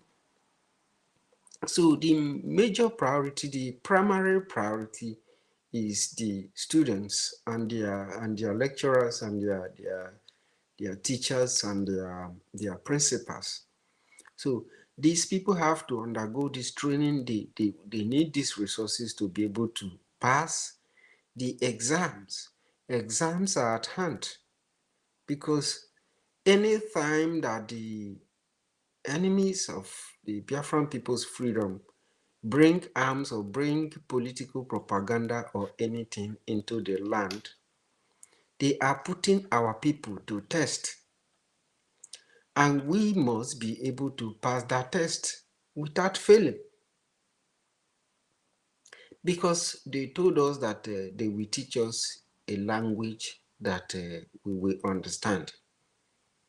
We have seen that language in the 20th century during the genocide they committed against our people. So we understand this language. So this test that they are bringing to our land, for our students to be able to pass those tests, we need to make sure that they get what they need. And for them to get those things, it is going to take a job. So that's why we are calling on Biafrans not to listen to all this, Madam Bao. These guys are distractors. Some of them are moving to the tertiary level without doing the primary at the secondary. So we cannot continue to harbor such people who put our system in danger and put Biafrans in the harm way. Those are disruption. It disrupts the activities, and it makes you not to be able to be effective in your functionality. So this is a very wrong thing. So Madam Bao could have been employed by Nigeria because she speaks to many politicians. She even give out Biafran's information to the public. They posted it on their handles, and even give out contacts to are one of the biggest enemy of freedom. Yes. These guys are slaves. Yes. And they are very, very unstable. So you can't trust them. You cannot have any dealing with them until the another pronouncement that has been made before has been changed. Because the Biafran Governing Council respect the orders of the PM so very much. That's why they have been trying to take things easily. Because PM have even said it that in the Biafran Republic government in exile cabinet or in the government will, collect money or have any negotiation or any activity at all with the Nigerian politician. Yes. The reason is that these guys are very, very tricky. They are betrayers, they are saboteurs, they are slaves, enablers, and their wish is to use Biafra to even attain political high in the Nigerian slave now Islamic system. So we have to be smart and we have to be wise to become our own self-destruction. Because that's what is playing out here. When you follow Genkere, you are a self-destruction. When you follow Madam Baba, you are causing a self-destruction. Because Madam Baba has killed many people. We have evidence of people whom they claim they went for training, which not only few of them, came back alive. And time is going to come, whatever anybody is doing, time is going to come where you have to answer for yourselves. How your time and your resources, how well did you utilize them for the purpose of the Biafran freedom and for the freedom of Biafra land and the Biafran people. So that time will come, it will be a day of reckoning for everybody, including you and I. Nobody will be spared. So that's why we have to continue to apply wisdom and make sure that we GC Biafran Governing Council to do the needful. because this is where the hope of Biafran people lie. This is where the hope of Biafran Republic government in exile lies. Without these people, we will be running into security risk and so many risks that will endanger our cause and our lives. So let me not take too much time. Since it's open mic, I'm still here. So thank you, my minister. Thank you so very much, Mazi University. Yeah, Uzo, we've been calling you. I don't know whether you can hear us now. Hey, hello, it's like there is another Uzo that is coming in. I don't know whether it is you. Are you trying to come in again? Yes, I'm trying to come in. Wait, let me remove this one and bring the other one. Let me see. How about now? Can you hear me? Hello, but it echo. So what you will need to do is refresh your phone and come in fresh. Okay, Just okay, go let me go out. refresh your phone and come in fresh. Okay. Yeah. The link is pinned there so that it will not echo again. Let us listen to Amy. Amy, please grab the mic. All right. Amy, Pastor Vam Vam Vam, good evening from here. University Biafra, I greet you. I greet Biafrans here tonight. Pastor Vam Vam, I've actually it's been a while though that I participated in your programs, but I do watch some of them after you have come live. I've actually taken my time to reflect in some of the things that are currently going on in the struggle. And one thing I have come to realize is that what we are looking for in America is actually down right here with us in West Africa. I will use these three countries mainly, for example, Burkina Faso, Mali, and Niger. Before I continue, I would like to emphasize that CRC and BAC remains the foundation of this struggle as it stands today. Yes. Right. There's no other, the only hope that PM hangs on, the only ladder on which PM is working to his appeal, freedom, and everything is CRC and PGC. There are no two ways about it. The only sect. Yeah, exactly. That's not the way it is. So while they are working towards the freedom of both PM and eventually the freedom of our supreme leader MNK, I guess we should look at other alternatives. Alternatives being that we have looked up to the West, particularly America and Europe at some point, to either consider our request for freedom or to look into what is going on in Nigeria. And as a result of it, suggest that Nigeria be broken into three different regions, right? But then when we look at, remember, I once said in this program that the politics of the world is based on interest. If it does not benefit your country, you do not entertain the topic. That is what it is. You either take it or you leave it. So, at its stand now, looking at what that recently happened in the United Nations Assembly that just happened, you'll notice that most of these wanted criminals or wanted world leaders who are one way or another persecuting indigenous people, we are all given a golden stage to come and address the world. What does that tell you? It tells you that the world does not care. Yes. You have to do what you need to do. What is it? Looking at West Africa, for example, what West Africa is currently going on with, what is actually happening in West Africa is what we call resistance and defense. Resistance, yeah. Against who? Against the Fulanese who are currently invading the West Africa from wherever they come from. We do not know. And we know that these people are being funded by the Islamic world, who are very, very grounded in what they are doing. It does not matter how many years their plan takes, but they are going to achieve that. Right.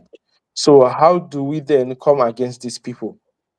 Niger have started, Mali have started, Burkina Faso have started, and Chad have also started this program. They are currently looking for alliance in West Africa. If you could remember, 2 days ago or so, they said that they are going to mention some of the politicians in Nigeria who are funding Boko Haram and all these people, in West Africa.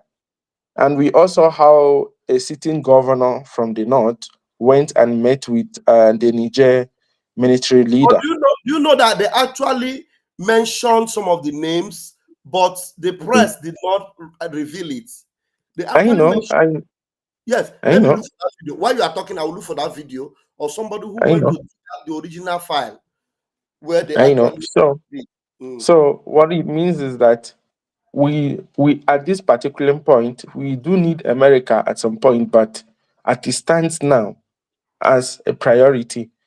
I think it has gotten to a stage where CRC and BAC, I don't know how it's going to happen, but there needs to be a link established among these three nations, because they are looking for alliance to create a defense line in West Africa, because they cannot deal with Fulanis and bandits in Burkina Faso, chase down to Mali, chase down to Niger, only for them to end up in Nigeria.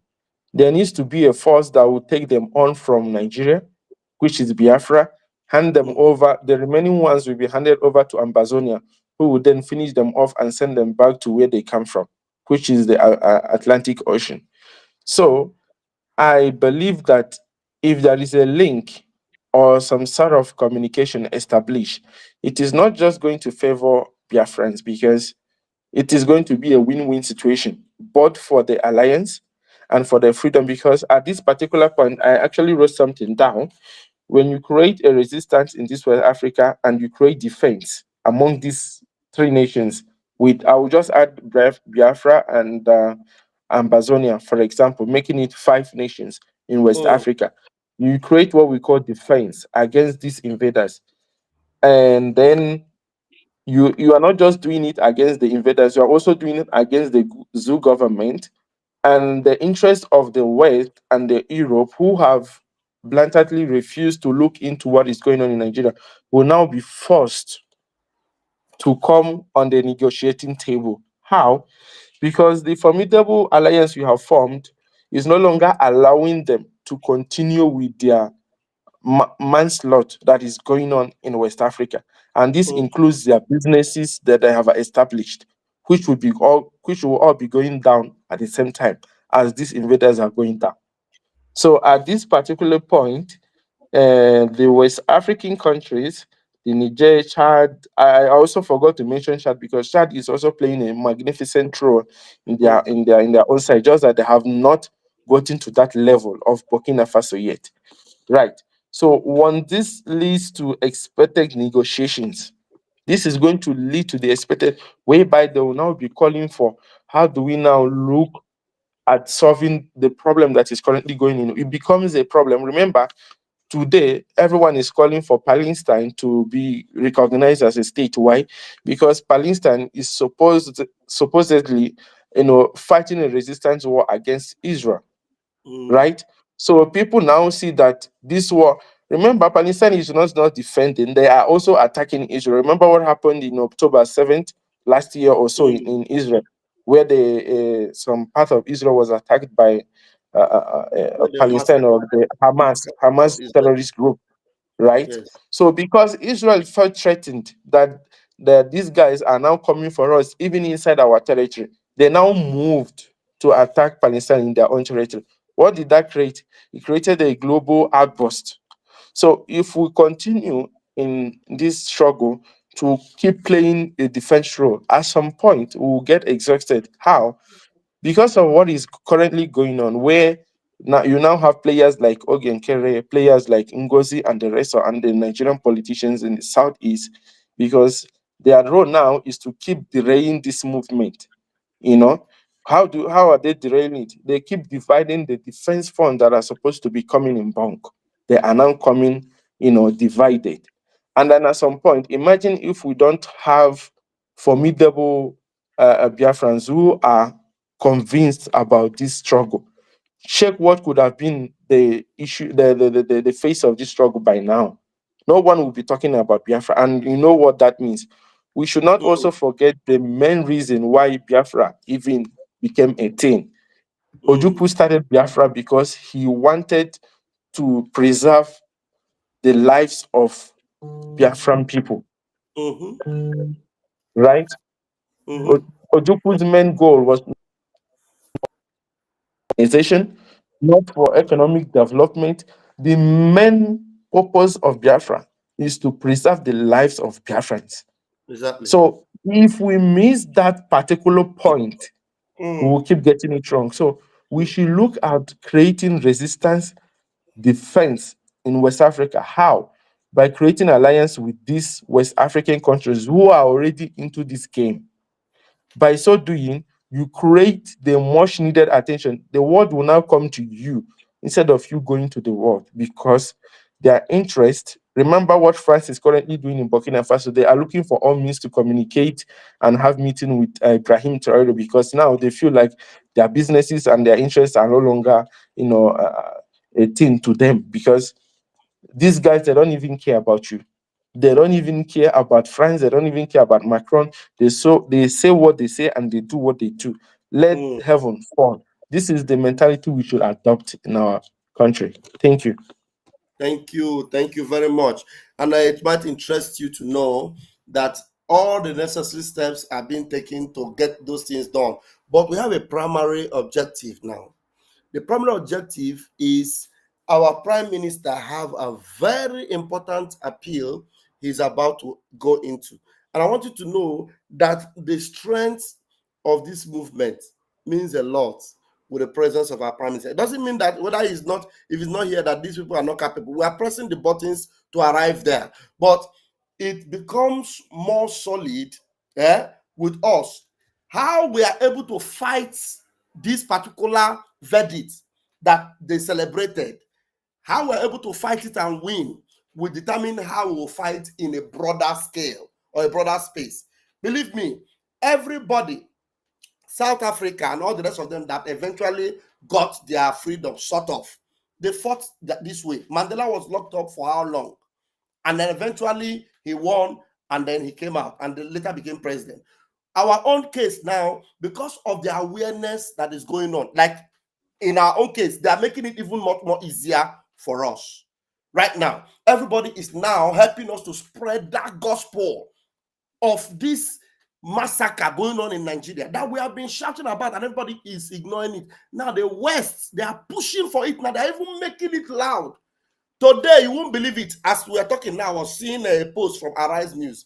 The Sultan of Sokoto is trying to explain the meaning of jihad to people. He's telling them that jihad doesn't mean to go after non-Muslim. That jihad means to go after Muslims. I saw the post now. I wanted to laugh, but I laugh no fit. You know, green me laugh. So what is the meaning of that? So that jihad doesn't mean jihad anymore. That what jihad means is to fight Muslim. So that, look at it now. I'm just seeing it here. Even though I've not listened to the context of it. Arise News. Jihad is not to unalive a non-Muslim, but jihad is not to unalive a non-Muslim by a Muslim. Jihad means to strive. To strive what? What does it mean to strive? She's trying to educate fools that doesn't know the meaning of jihad. Vam Vam Vam. Let me come in there. Look, Okay. I was just listening to one American, one powerful man. He was explaining this. He said, I will bring when the video. Let me bring the video before it will even disappear, so that we will hear it. The video of Sultan of Sokoto. Go ahead. Okay. Let me bring in that video. So he said, don't let them fool you. When they are weak, they will come like snake. They will come like quiet and tell you that everything is peace. They are the peace people. They will even give you food. They will kiss you. They will hug you. But when they are powerful or when they increase in number, they will turn to tiger. tiger. They will eat you up. You will be wondering. You'll be wondering, is it not these people that I've been good with, that are nice people? Why did they turn so violent? You understand? This is how they, you see all these things. This thing now, he came out to explain. Do you know why? Twitter Because of has the been, pressure. Because of the listen, pressure that's going on now. the Twitter is on fire today. Fire. Even South Americans are talking about it. One producer in South America was speaking in Spanish, telling his people in Spanish that they are killing Nigerians. The thing is like, oh boy, if you enter Twitter today, the thing was flying up and down, different people. And Canada MP, it's one of the senators in Canada. How do they call their this thing? Lawmakers. One of the lawmakers in Canada, Canadian House today stood up and spoke about Nigeria, the killings in Nigeria, and he got applause. Everybody in the house stood up and was clapping. Go and check it. It's on Twitter now.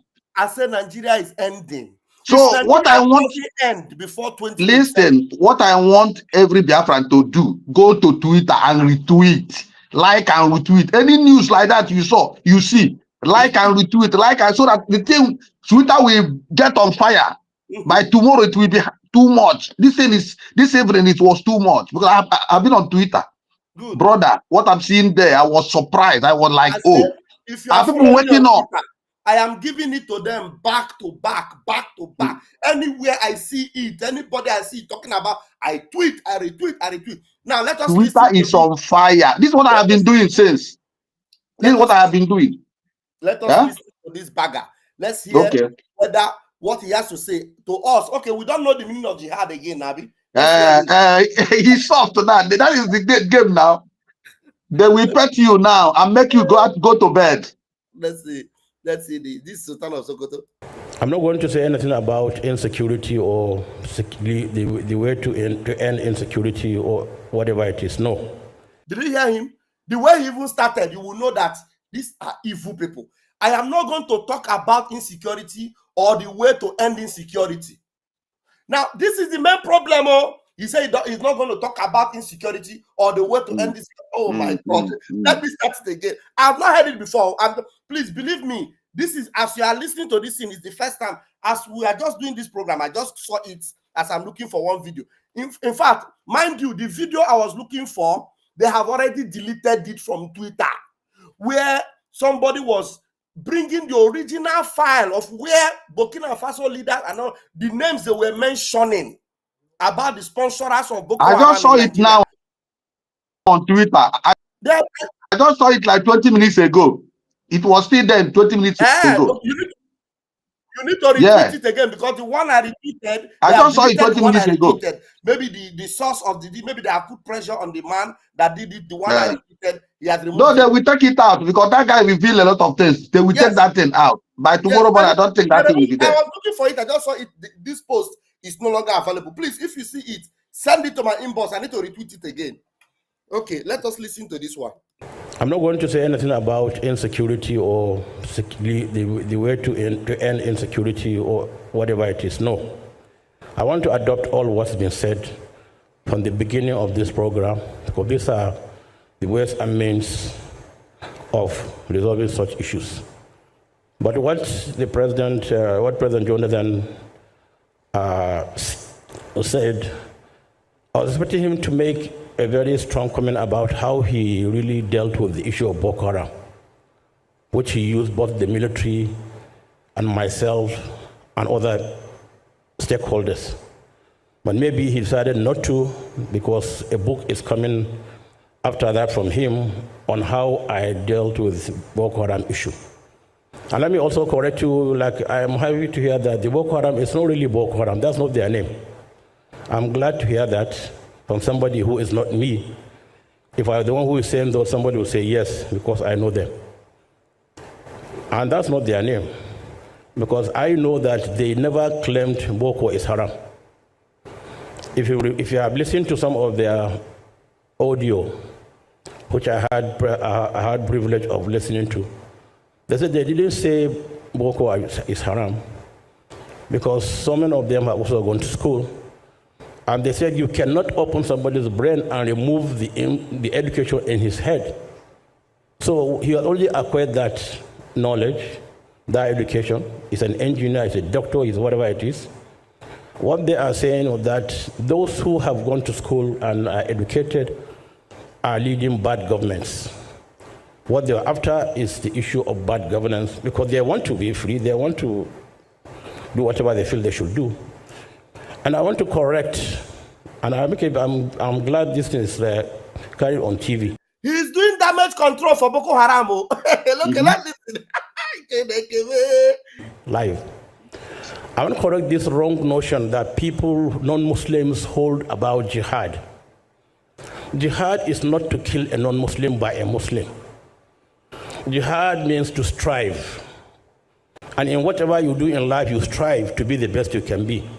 You strive to be a good Muslim. You strive to be a good Christian.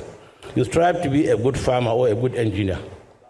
So jihad is not to kill a non-Muslim. That's a wrong notion people have been airing out for decades. And I wrote a foreword on a book.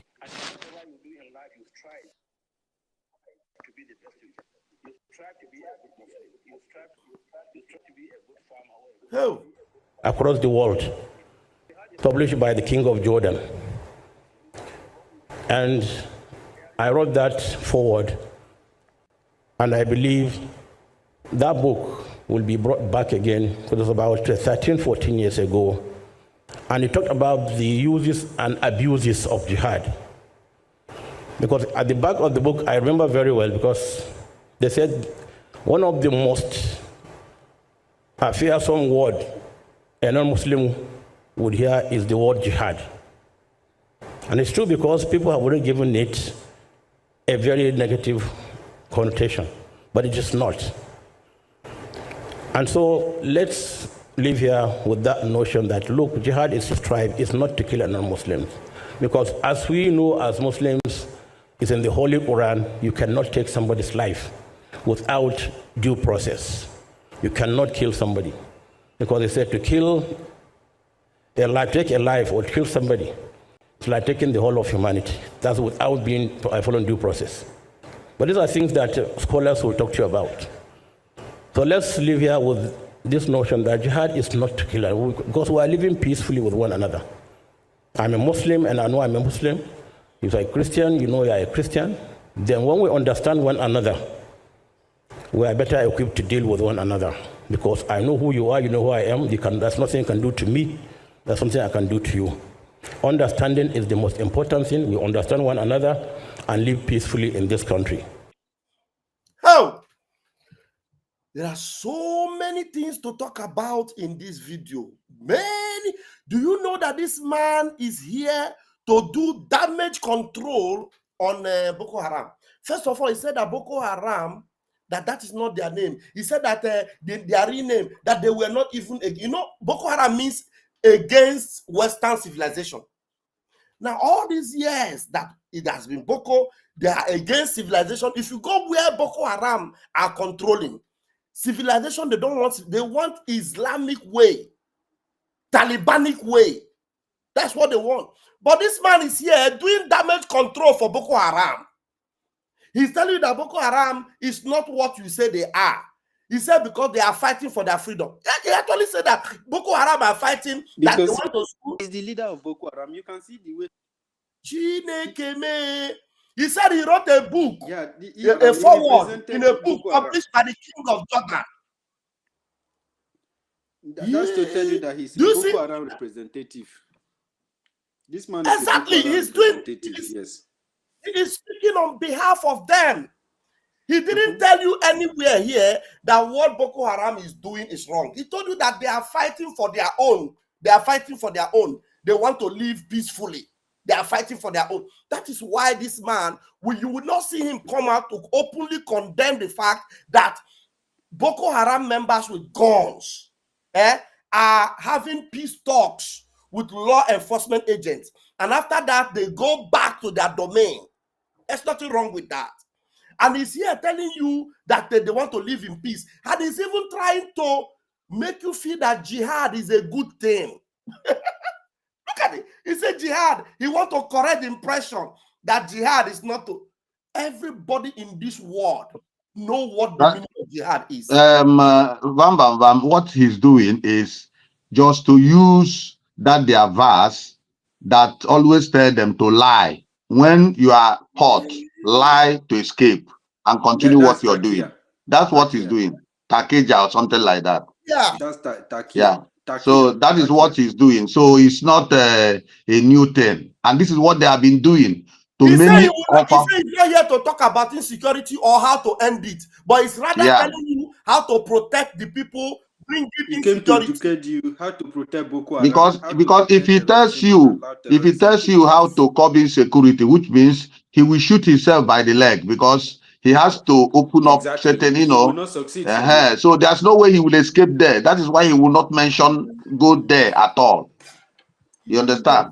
So let me continue because So very soon, he actually come to protect the very terrorists. very soon I will leave. In the next 10 minutes now we'll be Okay, leaving. go ahead, So go let ahead me with your submission. please okay, the first thing I wanted to say was that issue of Twitter. Let everybody go there and like and retweet all these things because there are many people are coming out.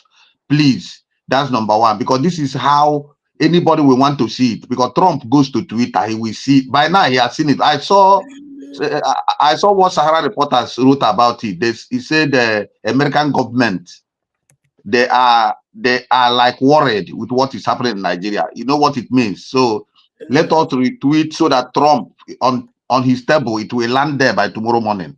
That's what we have to do. Everybody retweet.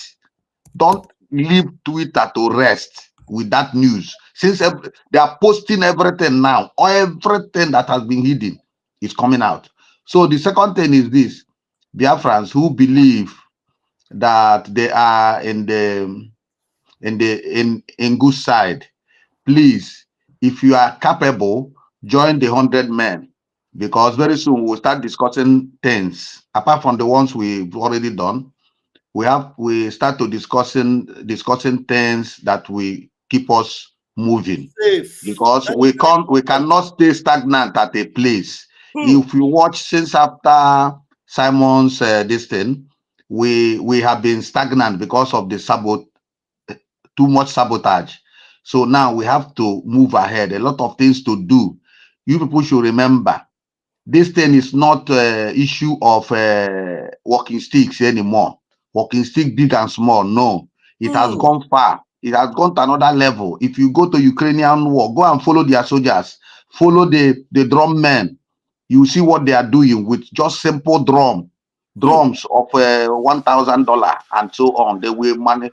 They remember, if you go there, you see news now. Russia is in trouble. They are manufacturing on their own that is going far inside Russian this thing, territory. This is what we have to look into so that these guys can have breathing space. If they get hold of this thing now, these people will start running away from them. That is another thing. So and again, remember, if they have space, they will get more students. They will be more students will be available. When they see how far they are going now, more students will be there. We need to work hard to make sure these guys, they have breathing space, because with that thing, these guys will give them breathing space, and the school will be full. We won't look for people. The school will be full. So what we need to do is get some students on that issue, some students that like know something about wire and cut and join. We'll get them, open up a school for them. Every area they will start learning immediately. Ukraine did not, they learned overnight. Ukraine just learned this thing overnight. It's not too this thing to learn. It's just when we put up this thing pressure, they will have a school of like 10 people scattered. They will start learning. This thing is easy. The parts are available everywhere. It's not something that is difficult to get. Small parts, and they are not expensive. We must come Yeah? together in 100 men. Some of these things we will be talking about it in our closed doors because some of them like they are sleeping. That's why I'm saying this. Some people are sleeping. People need to wake so up. Please let us look at the real issue and forget about all those people on social media been talking bullshit every day. We should stop listening to them. Let us move ahead. That's it. Yes. Thank you very much. I'll be going soon. Thank you, Uzo. Thank you so much. I appreciate you. Thank you so very much. We have our own Obiageri. Wow. This is the first time I see you on the platform. Hello. Let us hear you, man. Hello. Good evening, my people from my end here. Am I coming out? Loud and clear, mommy. Okay, good evening from New Jersey, America. Oh, Biafra. Biafra, we heard thee. Yes, we are going home. Yes. Just a quick one because I don't know. Okay. It's just all about Takia. Yeah. That old man that will soon join his ancestors, demonic people that know that actually we Biafrans, we are like when you cook food and the food you did not add salt is tasteless. That's the way I see it. We Biafrans, we are the only salt that will make the food prepared for Nigeria to be tasteful. Yes. So that's why they are fighting all tooth and nail. Imagine you cook a delicious food and there is no salt. I'm not talking of spices.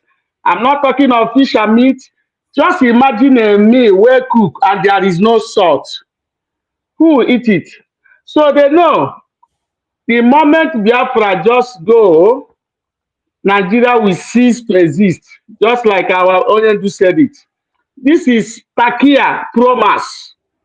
The old man is doing Takia Promas. Look at what he's saying. They are fighting for freedom. Jihad is to strive to be a good Muslim, a good Christian, a good this, a good that. How? In a one entity, is that possible? And you know the funny thing is that jihad, we have always known jihad for what jihad is for all these years. This man is now coming out to lecture us that all the things we know about jihad is the lie. That is now exactly, my brother. Exactly. From our primary school days, we know what is jihad. Imagine that time they killed that girl now. Deborah. Our PM used it and did program. He said, how can you judge somebody that does not have the same belief with you, with what you believe? Look at what the man is doing. Takia Promas, that's what I call it. We Biafrans, we are the salt that makes the food tasteful for them in Nigeria.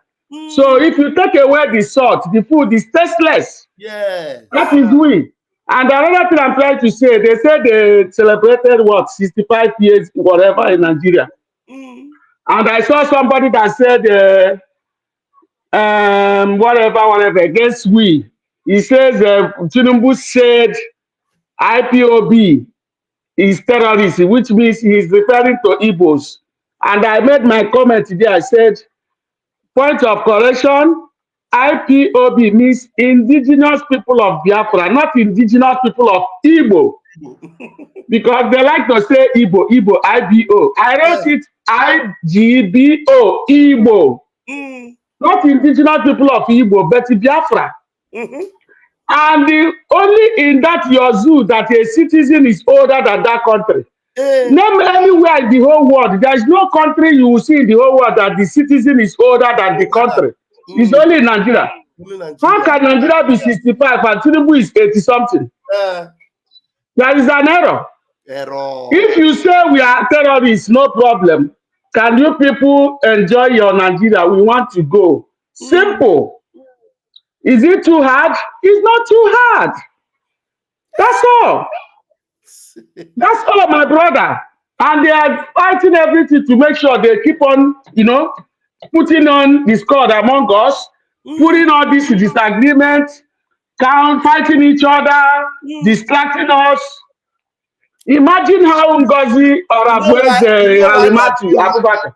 You know why they're doing it? Because they know that our unity is so powerful. Of course. When I was at work, I had when you played that our sister. I always follow her. That lady is making a very good point to all her video. Yes. I was imagining in my head, how would this woman react when she hears that our PM is free and out? She will collapse and die. I'm telling you. Yes. She might collapse and die because I don't think she can bear it. Yes. Do you know that time you people went for that our declaration in Helsinki, the very first one? Go and watch that video. When PM took you people to the first office, he took you people. Yes. Ngozi was there, Ogekere was there, PM was addressing you people. Go and watch it. If you see the expression on her face, hi, my brother, how I wish we knew. She is complete absent-minded and she was not even following what is going on because she is there on a mission. I just took my time to go back and watch. That time she don't have clothes to wear now. She was wearing nonsense. You know our Biafrans, Biafrans, they don't know what we take them to learn. I don't know who happened to be very close to this satanic woman. I don't know who this woman came from Atlanta to come and see in California. Who knows this woman very well, knew that this woman was not ready to go to Finland. That is why when we were registering for ID card, this bastard called Ngozi Orabueze, I call her a bastard with my full chest because he's a bastard. This bastard that does not belong to Biafra did not register for ID card because she was not ready to go to Finland. She only decided to go when PM was arrested. She now said, okay, let me now go and destroy what this man thought he has done all these years. No problem. That's why she came to Finland. Yeah, no problem. And the only thing is that where it pains me most is that the way she was unaliving our people that are supposed to be alive today. If our PM is not in where he is, do you know how many I begin to wonder. You know how many commanders Ngozi have taken their lives? And the truth is that when they come out to expose her, she will come out to debunk. Recently, about a few days ago, the ones that Soludo boys, this shameless Udogati boys picked up, and small boy. These boys were working with the genuine people because he took them and gave them a camp somewhere else. This is how these boys were picked up. They picked them up like Okoko, shoot them for leg, pick them. This, you know, normally when these shameless people go, when they pick them up, they will normally be asking them, who are you working for? Who are you working? I have the videos. I couldn't put them on social media because they shot their legs. The boys were all looking. They were even surprised. How did this thing happen to them? Because they have their contact, have everything about them. All she needed to do was to say, oh yeah, look at where they are. And they went there and they picked them up. Honestly, my brother, because the thing was not ordinary. Our PM is nothing but a human being. He tried his best because the way they creep in. You know, when I had a shock and the thing affected me, immediately our PM said, he had a COS. What did they call it? Chief of staff. I said, oh my God, our PM has made a mistake of what our onion do made with Uchenno crap. Hi! Oh my God. There's nothing I can do because I can't reach him. I had that ill feeling. I said, why this now? Why? Exactly what happened to our onion do, and I don't know who to reach. The thing gave me fever. Mommy, I can't lie to you. Mommy, this woman now walk bata. It's just that now maybe God allow it to happen this way so that spirit. Because then when the PM secretary, I don't know if you remember that time. Also, when he had the secretary, you remember? Yes. That was around 2021, 22. Because I see an already too much, this and that and this. Immediately also when go, someone more. The same thing Melonian do a child. Aye, there's nothing I can do. But no problem. When you get me, all one decade or Yes. the only thing now here get Messi or take a longer time. You know, it's terrible, my brother. Honestly, can't attack here promise. So now mind that man. Look at you on a coin. When Kule was saying that the bank, that Taj Bank, is the bank of this Sultan of Sokoto. All these Sultan of Sokoto, Emir of Kano, all these people, they are the owners and the people that control the Taj Bank. That bank, of course, now. That bank that Ngozi brought out. Ngozi, I can swear with anything in this life, Ngozi was put by Fulani. And with your agwa now, with your agwa, yeah. So look at me in my eye. I told you. Because it's not on Igbo now. Halimatu Abubakar. Since I call Halimatu Abubakar, they be the book just like Chinasa PMU Wapatra Guono.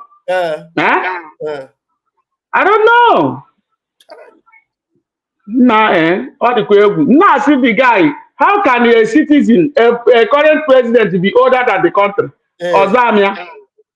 Tinubu is close to 80-something years. Nigeria is 65. What? People can say na Biafra now. When Biafra and get older than Biafra. But now, Biafra is way back over 5 million years. They know. Just like what I in Anukita and Hagan orphanage in Biafra land, Manketi and Asaba. Boku Maki by Laugausa. Did you hear it? From now till 20, 20 something, 30 years now. With this one who govern on this yeah, even at that one I will only go. You can the other number. I will only money paper now. Biological party only all now. PMG broadcast now. Oga house now and maybe alumamia. The man be now. Oche titini title. Ganduje Gandala for former governor of Kano. Oh yeah, Munia. Yeah, confirm. God, you watch your program, PM. Okay, home very mamia now. PM now, so you have to appreciate your father. Hey. PM broadcast. Oh yeah, we are live and direct, just like Ike Lochas now 1 year okay. All of them, all those local, everybody knows. They are not. They are not. Yeah, this man in our number like that number a bit long and I had no question on your own. Papia, there are like very already woman who offer on my life and direct. Oh, we'll let you here now. You see? Yeah, Mujame broadcast, play the video. Nadia, wow. So, my brother, thank you. This week, Jare. Kelele, my people, and Noro Jare. Thank you. All right. Thank you very much. Sure. Have a wonderful day. All right. Bye. Wow. That's a good one. Wonderful. Guys, have you seen it? Did you see it? Did you see the takia that the Sultan of Sokoto? Sultan of Sokoto. Let me bring that video again. Look, I don't know. People need to talk into this matter. Sultan of Sokoto is saying that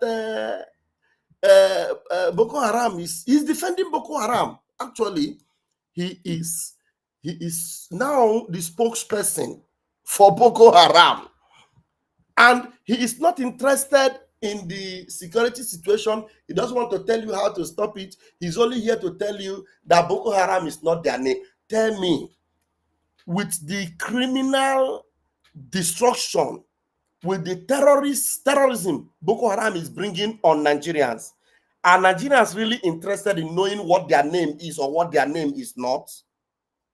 No. Why on earth should what their real name is be an issue? No. Are people not asking themselves questions? These people are unaliving people. They are raising down communities. They are setting people's homes ablaze. They are murdering people while they are in their sleep. And all this shameless man comes out to tell you is that their real name is not Boko Haram. Like, what does that have to? No, how does that solve the problem that their real name is not Boko Haram? I don't understand. Do you understand what I mean? People are dying. Christians are running away from their communities. Hundreds of Christians are being murdered. In Benue, over 300 in one night were set ablaze, roasted while they were asleep by these same sects. They are chopping off heads. They are destroying people. And all that this man comes out to tell you is that their real name is not Boko Haram. Okay, what is their real name then? He was telling you when they started, they were listen to him. Let it not be that I'm the one saying it. And this thing is happening today. Arise News just posted this thing. Let me show you now. This is not old video. Arise News. This is Arise News. Let me show you. Let me show you something. This thing was shared by Arise News 3 hours ago. Let me increase the picture here so that even YouTube will not come and tell me that I am misrepresenting something. You understand me? Now, this is from Arise News. Arise. Can you guys see Arise News? Arise News. This is Arise News 3 hours ago. Oh yeah, give me this. Oh yeah, me come down here. Okay. 3 hours ago. Look at it. 3 hours ago. Did you see it? Now, he said jihad is not to KILL a non-Muslim by a Muslim. Jihad means to strive. That's what Abu Bakr said. He's telling you what is jihad. You understand? Okay, now look at him. Let us play the video. This is the video. Now listen, so that you will not say you put the word. That's not how he said it. Now listen. I'm not going to say anything about insecurity or the way to end insecurity or whatever it is. No. I want to adopt all what's been said from the beginning of this program, because these are the ways and means of resolving such issues. But what President Jonathan said, I was expecting him to make a very strong comment about how he really dealt with the issue of Boko Haram, which he used both the military and myself and other stakeholders. But maybe he decided not to, because a book is coming after that from him on how I dealt with Boko Haram issue. And let me also correct. He said a book is coming from him. And remember, the name he's calling them here is Boko Haram. Boko Haram, that's what he's calling them. The same man that's calling them Boko Haram, he's still the same man that will tell you that that is not the real name. I don't understand. This thing is surprising to me. Let me start it again. He's the one that started it, Boko Haram issue. Everybody knows Boko Haram. But he's coming to tell you that is not their real name. Hey, Chineke Meraye Bere. Takia. Are you listening? I'm not going to say anything about insecurity or the way to end insecurity or whatever it is. No. Oh. I want to adopt all what's been said from the beginning of this program, because these are the ways and means of resolving such issues. But what President Jonathan said, I was expecting him to make a very strong comment about how he really dealt with the issue of Boko Haram.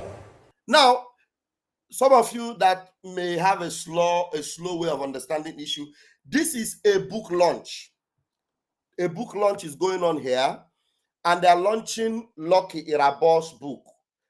And so many people have spoken before him. It's an easy way to understand it.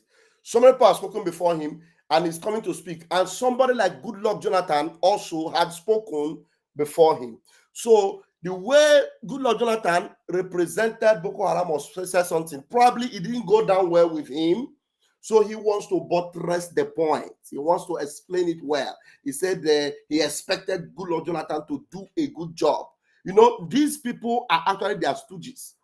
Goodluck Jonathan. How many of you know that they are pressuring the shameless idiots, Goodluck Jonathan, to come and contest again as a PDP running mate, presidential aspirant in the election they are planning for 2027? So he is this man, the Sultan of Sokoto. He is speaking after many other people have spoken. So he wants to make his own point. So let me start it again. I'm not going to stop it. I'm going to allow you to talk now. All right. I'm not going to say anything about insecurity or the way to end insecurity or whatever it is. No. I want to adopt all what's been said from the beginning of this program, because these are the ways and means of resolving such issues. But what President Jonathan said, I was expecting him to make a very strong comment about how he really dealt with the issue of Boko Haram, which he used both the military and myself and other stakeholders. But maybe he decided not to, because a book is coming after that from him on how I dealt with Boko Haram issue. And let me also correct you, like I am happy to hear that the Boko Haram is not really Boko Haram. That's not their name. I'm glad to hear that from somebody who is not me. If I were the one who is saying though, somebody will say yes, because I know them. And that's not their name, because I know. Sorry, I'm tempted to stop it. He said somebody was the person that raised the issue that Boko Haram was not their name. And then he wants to buttress the point. And he came calling them Boko Haram because that's what everybody knows them as. And he said somebody else have come to tell them to paint another picture of Boko Haram, telling you that that is not their name. And he said he's happy that he's not the one that said it earlier. Because if he was the one that said it, they would have said it is because you know them. Hello? What does that ring a bell for you? He said, if he was the one that said it, we don't know who that person is. He's trying to re-echo what that person said in agreement. He said, if I was the one that said it, he said, you people, they will now say it is because I know them. So he is admitting live on air that he knows them very well.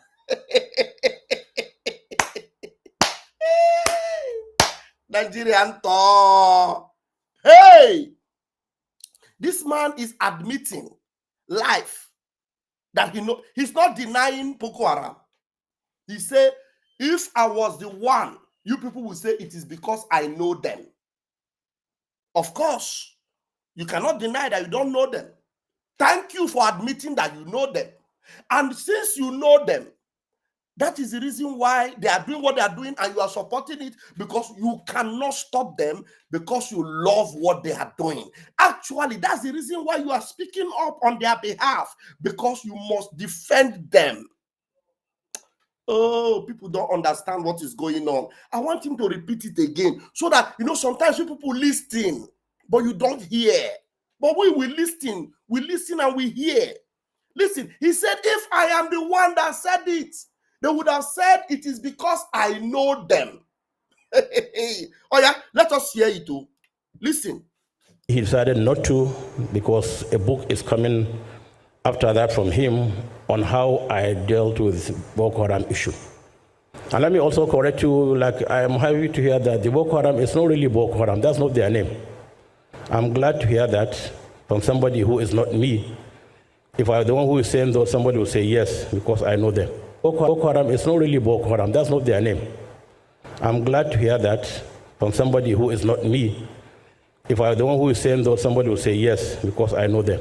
Boko Haram is not really Boko Haram. That's not their name. I'm glad to hear that from somebody who is not me. If I were the one who is saying though, somebody will say yes, because I know them. Boko Haram is not really Boko Haram. That's not their name. I'm glad to hear that from somebody who is not me. If I were the one who is saying though, somebody will say yes, because I know them. Boko Haram is not really Boko Haram. That's not their name. I'm glad to hear that from somebody who is not me. If I were the one who is saying though, somebody will say yes, because I know them. Not me. If I were the one who is saying though, somebody will say yes, because I know them. If I were the one who is saying though, somebody will say yes, because I know them. If I were the one who is saying though, somebody will say yes, because I know them. If I were the one who is saying though, somebody will say yes, because I know them. If I were the one who is saying though, somebody will say yes, because I know them. If I were the one who is saying though, somebody will say yes, because I know them. If I were the one who is saying though, somebody will say yes, because I know them. If I were the one who is saying though, somebody will say yes, because I know them. He knows them. He knows them. Because I know them. Fellow Nigerians. Mumu Nigerians. Somebody have admitted that he knows them. Mazi Nnamdi Kanu does not know them. Simon Ekpa does not know them. But you people, Simon Ekpa is your problem. Nnamdi Kanu is your problem. And you are crying that Boko Haram is destroying your lives. Here is the person admitting live on camera. I know them. I know them. I know them. You see the reason why Nigeria must go down? You see the reason why nothing will save or spare you people? You see the reason why God of Biafra will punish all of you? You see the reason why it shall never be well with any one of you? Somebody that knows Boko Haram is live here, telling you that I know them. And you people are crying, end the insurgency. There is no way they want to end insurgency. This is the reason why. The person that knows them wants to make sure you don't end them. But the one that wants to end them is the one they are holding. I don't know. How else can we make this sense? Nnamdi Kanu does not know them. He wants to end them. And you are holding him. The Sultan of Sokoto knows them. He has admitted that he knows them. You people are giving him podium. You are worshiping him. He is your spiritual leader. I don't know. University, help me. Can you help me address people? I don't know whether I am the only one that is hearing this thing. I don't understand. No, you're not the only one that heard it. That was why I was telling you that that he came to represent Boko Haram because of the things that he was pronouncing from his mouth. And fortunately, the so-called Nigerians are seated there listening to him, identifying himself as a terrorist. He identified himself as a terrorist, and there is a third-party person who spoke about these people. Because if he was the one who was directly representing them as the initial time, it could have been that because he's a member or because he knows them very well, that is why he's trying to defend them. But he's trying to give the audience the reason why he is defending Boko Haram, because he knows them.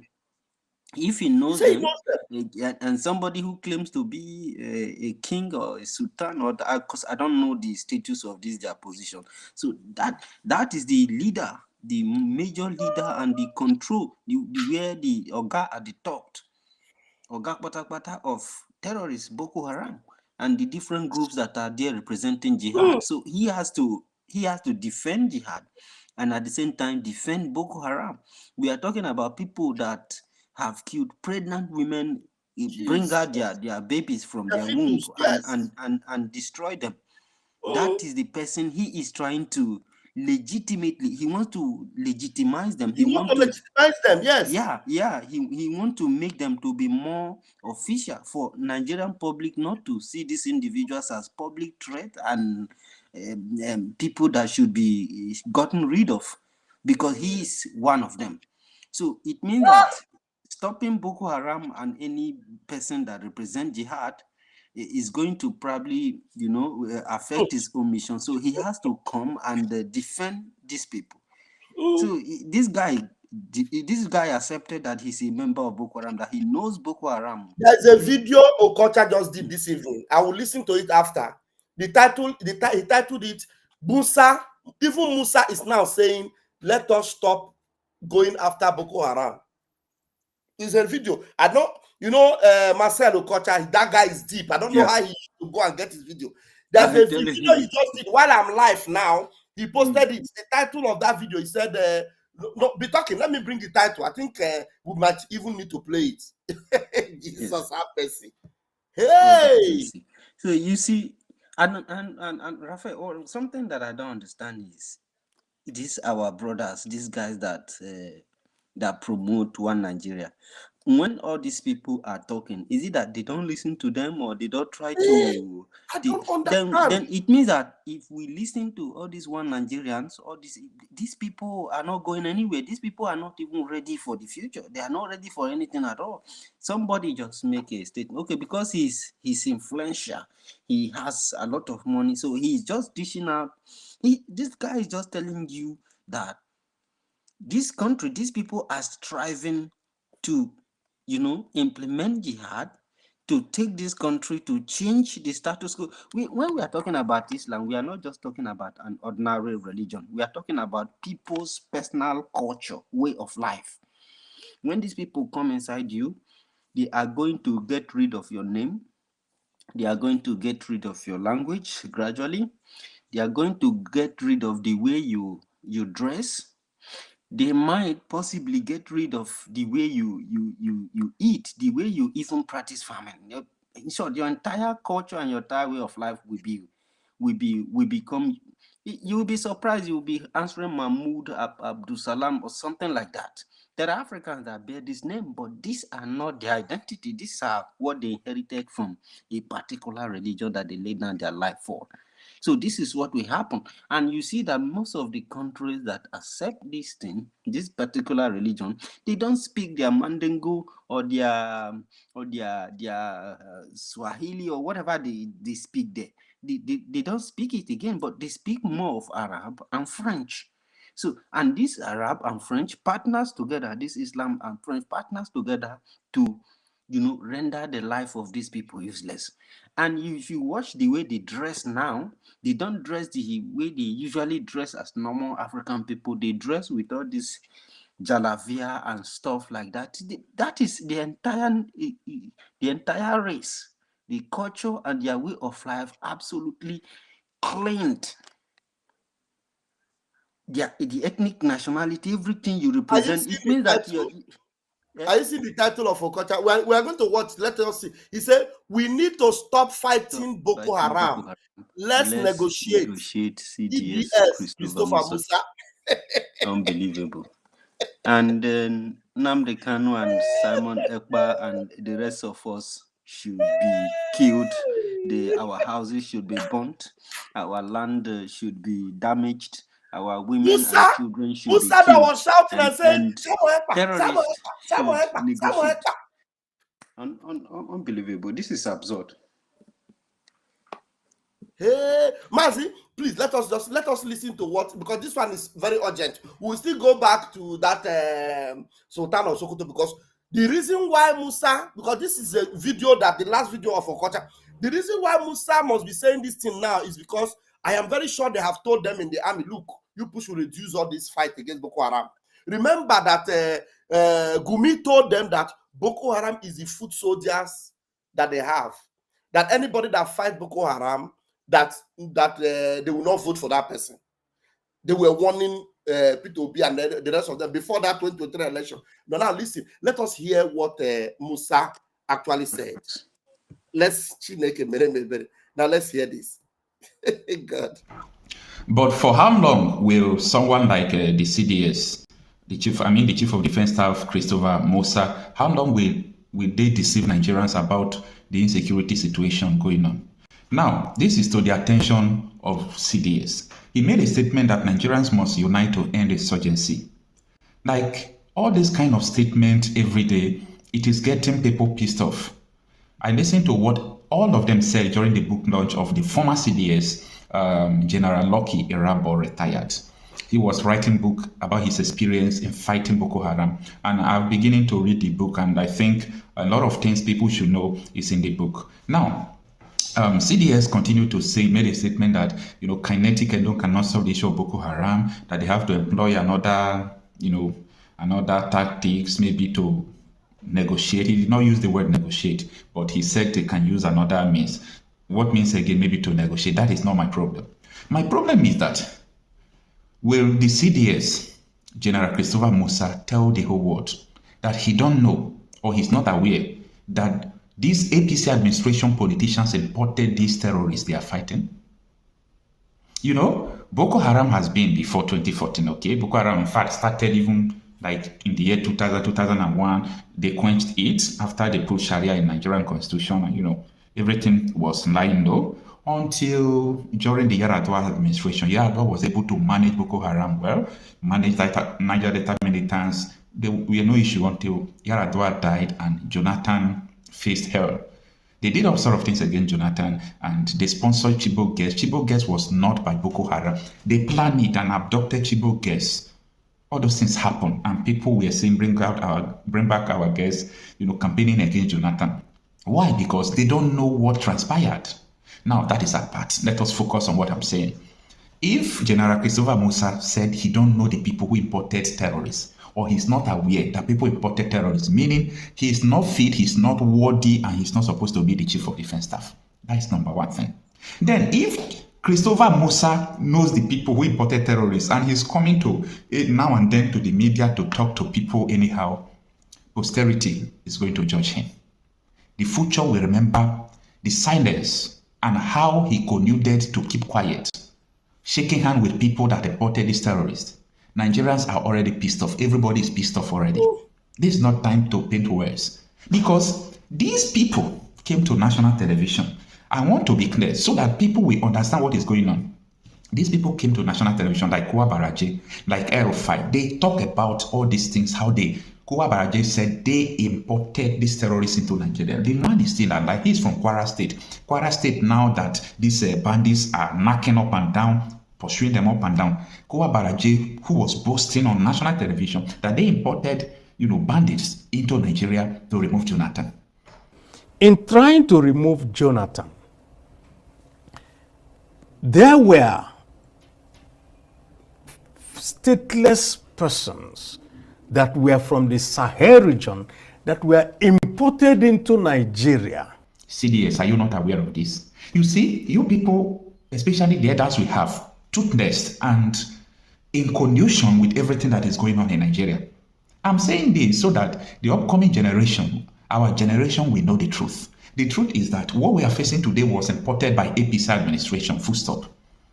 They admitted, something, if they did not admit, what I'm saying now will be like a rumor, a hearsay, and like I am not sure of what I'm saying. But these people have admitted, if you are going to court of law, you get there, you plead guilty. So I did it. I did not do it to destabilize Nigeria. I did it for election purposes. That is treasonable act. CDS knows these people. DSS chief knows these people. I took time, 1 hour interview with Kunda Olaomi, who was the head of military intelligence, Commander Kunda Olaomi. He explained everything, the collusion of the security agencies with the Aso Rock with the senators. He was the head of military intelligence agency. So what are you talking about, CDS Musa? Posterity will judge you. All of you that are keeping quiet, the people who brought these Fulani militias killing us, posterity will judge all of you. Nigeria have been living in peace with both the Hausas, Igbos, Yoruba, including the Fulanis who have been in Nigeria before. They have been living in peace. Before these people boasted that they imported Fulani militia, I'm not saying it. They say it by themselves. They confess that they brought the Fulani militia into the country. And after that, what happened again? Nothing. CDS remains toothless. The DSS remains toothless. The police remains toothless. And you are trying to come out to deceive who? This is not 2015. You went to Al Jazeera. I was listening to your interview at Al Jazeera in Doha, Qatar, that day. Some of the things you said are true, okay? I don't paint words. Some of the things you said about what is going on, but you just put everything on international community, that the whole security in Nigeria is sponsored by foreigners. That is not true, CDS, Foreigners are not the one who imported these militias into Nigeria. Foreigners are not the one who appointed Boko Haram Commission of Religious Affairs. CDS, if you don't know all this, meaning you are not worthy to be in that position. Yes. It is time for people in Nigeria to wake up, because they are dying. Everybody, no hope. We don't have hope. Everyday tension. You are going to sleep, tension. You are going to travel, tension. On road, tension. In the market, tension. We don't know what to do in our left and in our right again. And you people are still trying to paint words. I listened to Bishop Kuka again. I respect Bishop Kuka so much because of his outspoken, things about this country. He always speak up. But Bishop Kuka was messing up in his speech. Bishop Kuka was messing up in his speech. After that, he went to Arise News. I was listening to Bishop Kuka in Arise News. He said the reason why Nigeria is like this is because of the military coup that happened. I condemn the military coup. I'm not in support of that and all those things because it has to do with the killing of people. Anything that has to do with the killing of people, I don't like it. But for Bishop Kuka to say that it is the military regime or military coup that spoiled Nigeria, I said, this man don't even know our problem. Oh, okay, military regime, they kill people, they kill 10 people, that is condemnable. But Fulani militia have killed almost 1 million people since 2015. APC administration imported them. Don't quote me wrong. They said they imported it. Do you get this thing right? They admit. These people said they imported it. They said we imported it. I am not putting words in their mouth. I am not saying what I don't know. Exactly. The videos are everywhere. The articles are everywhere. What did you say, Bishop Kuka? This is how our elders are messing up everywhere. Because you have security details and you are free, you can fly. You can't even travel from Abuja to Sokoto by road where you live. Il nostro viaggio in Cina inizia da qui. Try it. If you get mine with your security details, try it. And you think that other Nigerians are animals. Can Bishop Kuka tell me, you are part of the peace committee, what kind of peace is you with Abdul Salami? What kind of peace are you people doing? And the people who imported all this militia are shaking hands with you people. What kind of country are you building for your future generation? You are a priest, for God's sake. You know, truth is bitter, we have to say it, and this is not the time to look face and say the truth. Now, in case you did not listen to the video of the CDS Musa, the statement he made, this is just the summary of it. Like this article from Channels Television reads that the Chief of Defense Staff, CDS General Christopher Musa, has called on Nigerians to unite in order to defeat the insurgency and insecurity. He made this call on Friday at the public presentation of SCAS. That is the title of the book written by General Lucky Rabo, retired, okay? Nigeria's Journey and the Boko Haram Conundrum. A book written by former Chief of Defense Staff General Lucky Rabo. Now, General Musa stressed that the military action alone cannot resolve the Boko Haram crisis, urging Nigerians to embrace peace and nationhood. I agree with him that military action alone cannot stop Boko Haram. I agree with him. But another thing CDS Musa is missing is that, so military action will stop the Biafra agitators, but military action cannot stop Boko Haram. Continue. That is a story for another day. Now, he said, for us as a nation to move forward, we must look at this faithfully, truthfully, and clearly in order to find solution. It is not only a military solution. From my experience, the military solution is just 25 to 30%, he said. Now, we say that I still agree with Christopher Musa, okay, the Chief of Defense Staff on this. But if you are talking about faithfulness, no. Because the people who are sponsoring this are the people who appointed you, are part of the administration. It's everywhere. So I'm not the one saying it. What is it called? Kunde Odawumi, head of Military Intelligence Agency, head of Defense Intelligence Agency, made this statement. So I'm not the one making the statement. When you come out to say all these things without saying justice, there can't be peace without justice. People sitting down with you, CDS, when you were talking, they are part of the people sponsoring all these things. All these things are everywhere. Politicians, Benue State Governor said that the investigation they did, people who are killing Benue people, that some senators are there. What did you do, Christopher Musa? What did you do? What did you do? Because you are playing with us. You are playing with everybody, and you think everybody is dumb. This is not 2015. That everybody kept quiet after politicians imported insecurity. So, stop playing games. As far as I'm concerned, you are playing games and there is nothing you will say about this. Get those people arrested. Like Kunde Olawumi, he said they arrested 400 Boko Haram members. CDS Musa, why do they not try those people up till today? APC administration, why do they not try it? They arrested them under them. You see the problem. Now, they mention governors, senators, people in Aso Rock. What have you done about it? You people are playing games with us, and enough is enough. Enough is enough. You people don't know what you are doing. Enough is enough. So all these things, you people are just trying to wind away time. The real people are dying. Look at what is going on in Kwara State. Look at what is going on from around the country. No, it's insane. It does not happen anywhere in the world. It doesn't happen. You are playing games. This is game. If you tell me you don't know what I'm saying, you are not worthy to be serious. Resign. You are not worthy. If any security head, including the DPO, ordinary DPO police officer, can't tell me he don't know what is going on. Ordinary DPO can't say he don't know what is going on. So we need justice to the people who imported this insecurity. Arrest them. Some of them must have died. Majority of them are alive. They have accepted that they do. So until that, everything you people are talking in parable, and you are just speaking to the dead people. You are not talking to the living. Get them arrested. Talk. You know, gathering like this, I expected someone to rise up and talk something like this. But you people are afraid to speak the truth. I am Okochapi myself. I'm a conflict and security reporter. And we deal with the problem, not with the, what is going on currently, because there is a reason for everything. The reason for insecurity in Nigeria is that politicians in Nigeria are sponsoring it, and politicians imported the terrorists. That is the main point. Any other thing is secondary.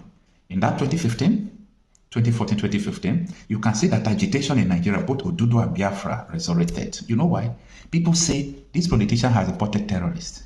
We can't stay in the same country with them. That is the genesis of everything, Christopher Musa. So it is enough of all this hula baloo. No noise. If you want to work, get them arrested. Start talking about how these politicians who imported you, who appointed you, imported all these terrorists. Enough. All right. So I deliberately allowed him to finish talking because my brother Charles is always spot on. You see, exactly what Musa is saying. He's in the same program where the Sultan of Sokoto was defending Boko Haram. That's where Musa was saying that we need to unite to fight insecurity. And then they were admitting that only military action cannot end it.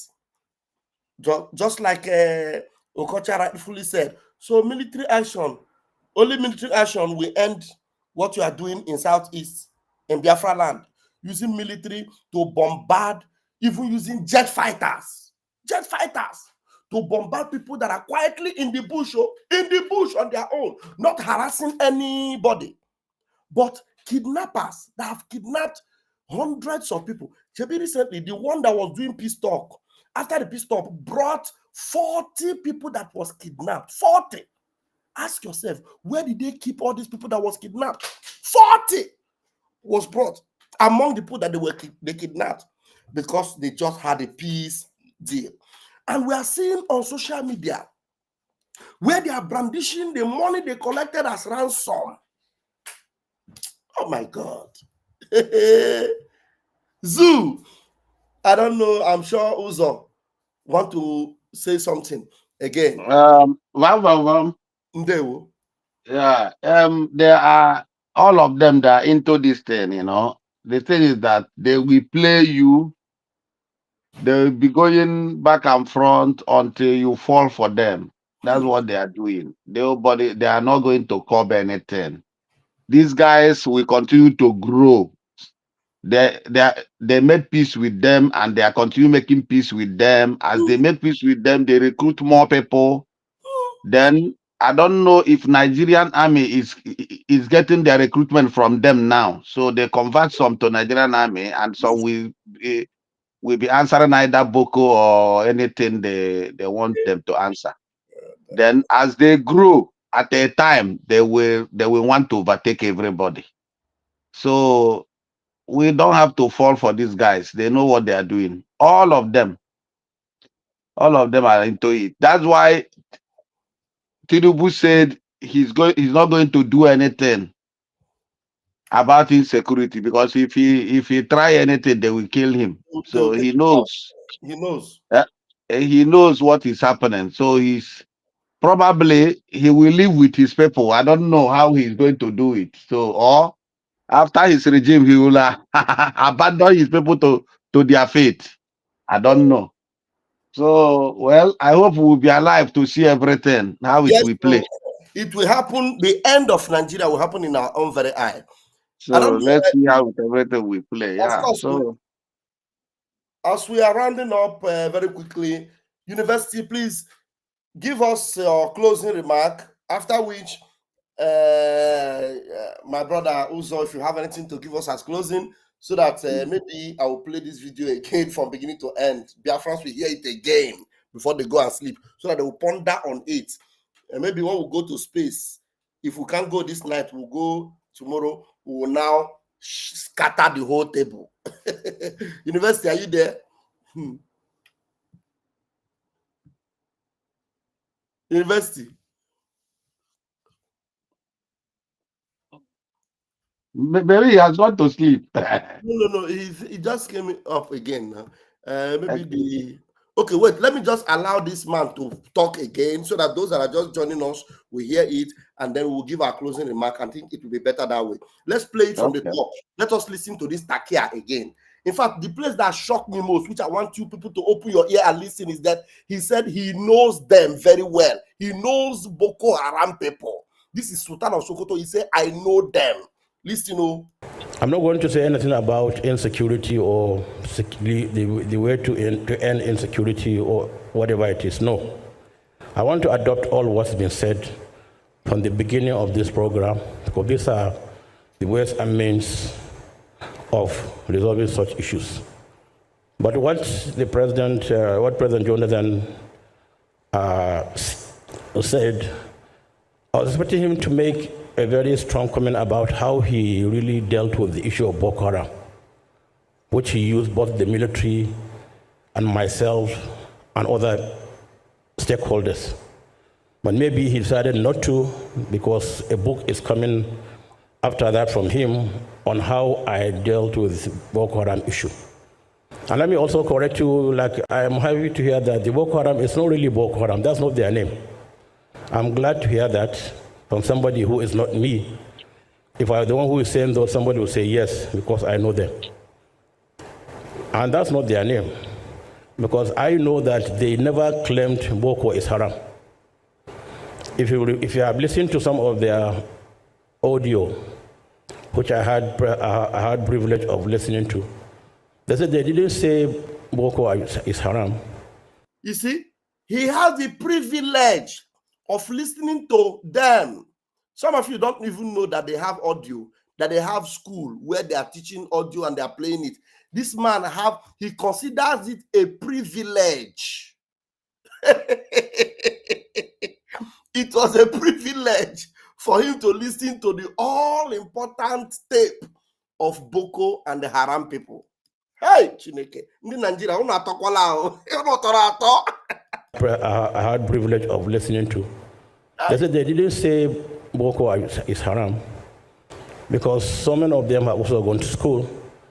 And they said you cannot open somebody's brain and remove the education in his head.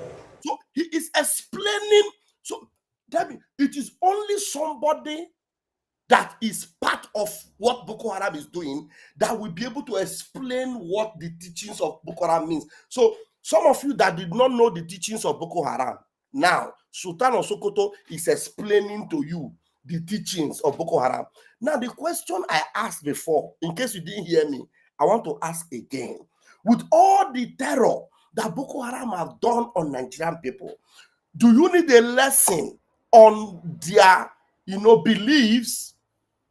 Do you need a lesson on the meaning of their name?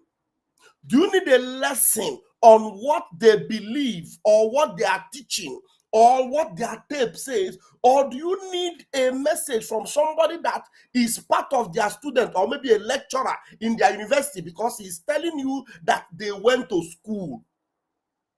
He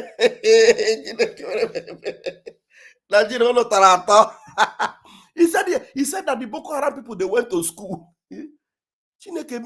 That he had the privilege of listening to their message. That he's explaining the teachings of Boko Haram. So this man, you can consider him or call him Boko lecturer or Haram lecturer. Oh, Church Abasala. Now listen to him again. Honestly, this thing is wondering me. They didn't say Boko is haram, because so many of them have also gone to school. And they said you cannot open somebody's brain and remove the education in his head. Okay. So he has already acquired that knowledge, that education. He's an engineer, he's a doctor, he's whatever it is. What they are saying is that those who have gone to school and are educated are leading bad governments. You see? So he is now telling you that What Boko Haram is saying is that those that are educated are the people that are leading bad government. So if you are educated and you are in the government, you will not lead the government well. So that means Boko Haram doesn't need people that are educated to be leaders in the government so that they will not be bad. This man is actually buttressing. Hey, is this happening in Nigerians? Are you people sleeping? This thing is happening. Koro koro. Koro koro. Koro koro. Somebody's lecturing you on Boko Haram. Koro koro. Listen to him again. Just pay attention. Is whatever it is. What they are saying is that those who have gone to school and are educated are leading bad governments. What they're after is the issue of bad governance because they want to be free. He said what they are after is the issue of bad governance. So to him, Boko Haram, they are correct. They are after bad governance. They want to be happy. They want, listen.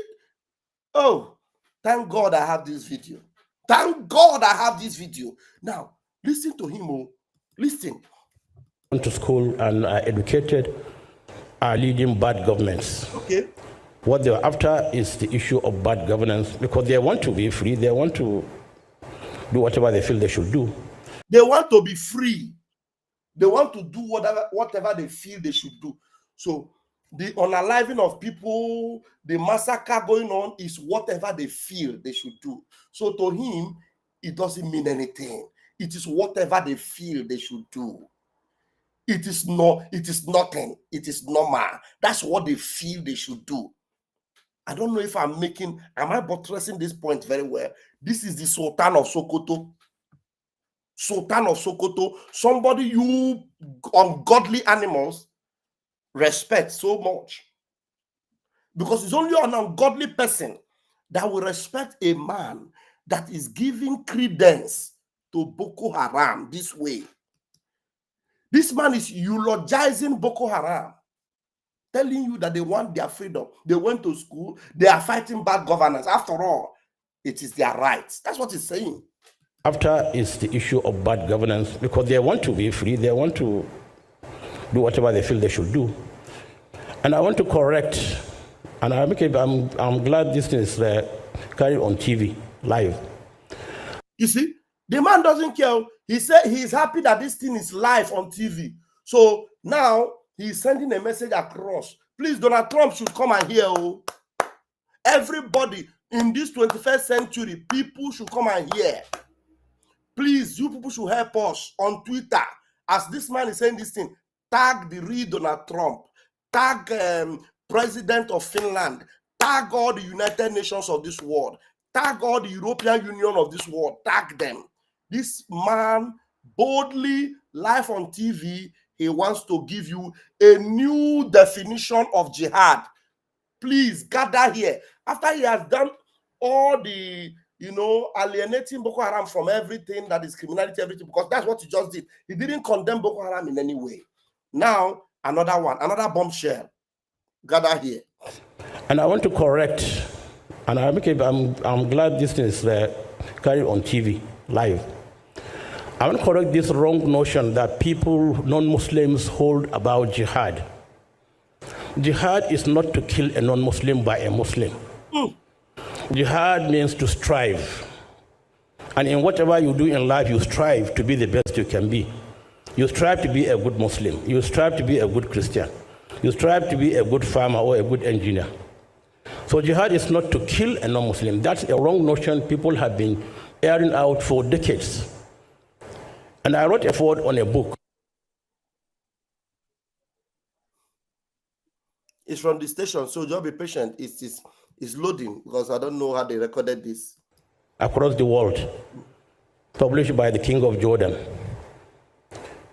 And I wrote that forward, and I believe that book will be brought back again, because it was about 13, 14 years ago. And it talked about the uses and abuses of jihad. Because at the back of the book, I remember very well, because they said one of the most fearsome word a non-Muslim would hear is the word jihad.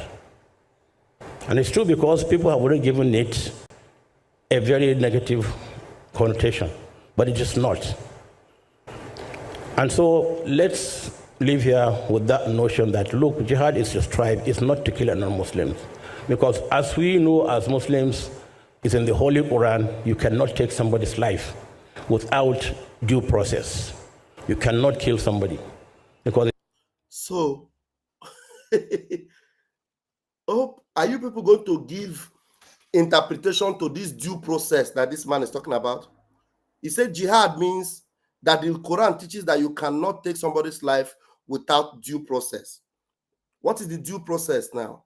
The due process, could it be what we are seeing in the north with these terrorists lining up Christian soldiers and beheading them, or going from village to village? Once the people say they are not Muslims, they tear them apart, or dismembering people and taking their bodies and sharing it all over to show the families, or kidnapping people and beginning to torture them live on video for people to see how they are treating them. What is actually this due process? Because the man say in Islam, it is called, there is a due process, that is how they treat people, due process. So he's trying to make it, he's giving you the new definition of jihad. What is that due process this man is talking about here? So in our closing remarks, you're going to give us that remark in your closing. I want us to use one stone to kill several birds. So please just hold on, Uzo. You are going to give us that interpretation too in your closing remark. Hey, Chineke, this video is loaded though. Hey, PM would have done justice to this video. Oh my God. Mazin Nnamdi Kanu, well, Mazin Nnamdi Kanu said he's tired of broadcasting because he has talked about all these things severally. Anyway, let us allow him to finish. Not take somebody's life without due process. You cannot kill somebody. Because they said to kill a life, take a life or kill somebody, it's like taking the whole of humanity. That's without being following due process. But these are things that he's insisting on this due process so that you people understand that this due process doesn't mean following the thing lawfully. Let me give you a shocker. Do you know the meaning of this due process? Sharia. The due process this jackal is talking about is Sharia. That is their due process. That is why in the Nigeria Constitution, you will not see the word Christian or Christianity. You will see Sharia several times in their constitution. Sharia. That is due process for them. All right, go ahead. Due process, Sharia. Being following due process. But these are things that scholars will talk to you about. So these are the things that scholars will teach you about. Muslim scholars, that's what they teach. They teach about Sharia. Their teaching is that they will not rest until Sharia becomes a worldwide law. He repeated, he said that this is what the scholars teach you about. This man is very particular with this is damage control. And we that have the eagle's eye, we know how to interpret it. I want him to repeat that thing. He said, these are what the scholars are teaching you about. Listen to him. Humanity. That's without being following due process. But these are things that scholars will talk to you about. But these are things that scholars will talk to you about. But these are things that scholars will talk to you about. Okay. So let's live here with this notion that jihad is not to kill, because we are living peacefully with one another. I'm a Muslim and I know I'm a Muslim. If you're a Christian, you know you're a Christian. Then when we understand one another, we are better equipped to deal with one another. Because I know who you are, you know who I am. That's nothing you can do to me. That's something I can do to you. Understanding is the most important thing. We understand one another and live peacefully in this country. Okay, Judge Awasa. Now we're going to give our closing remark. I hope University is not here, except if he comes back. Otherwise, Uzo gives us a closing remark and they will retire. We have spent 3 hours. Uzo, please go ahead. Vam. Due process is the process of converting these guys to what they are doing now, like making peace with them. Okay. That is the due process he's talking about.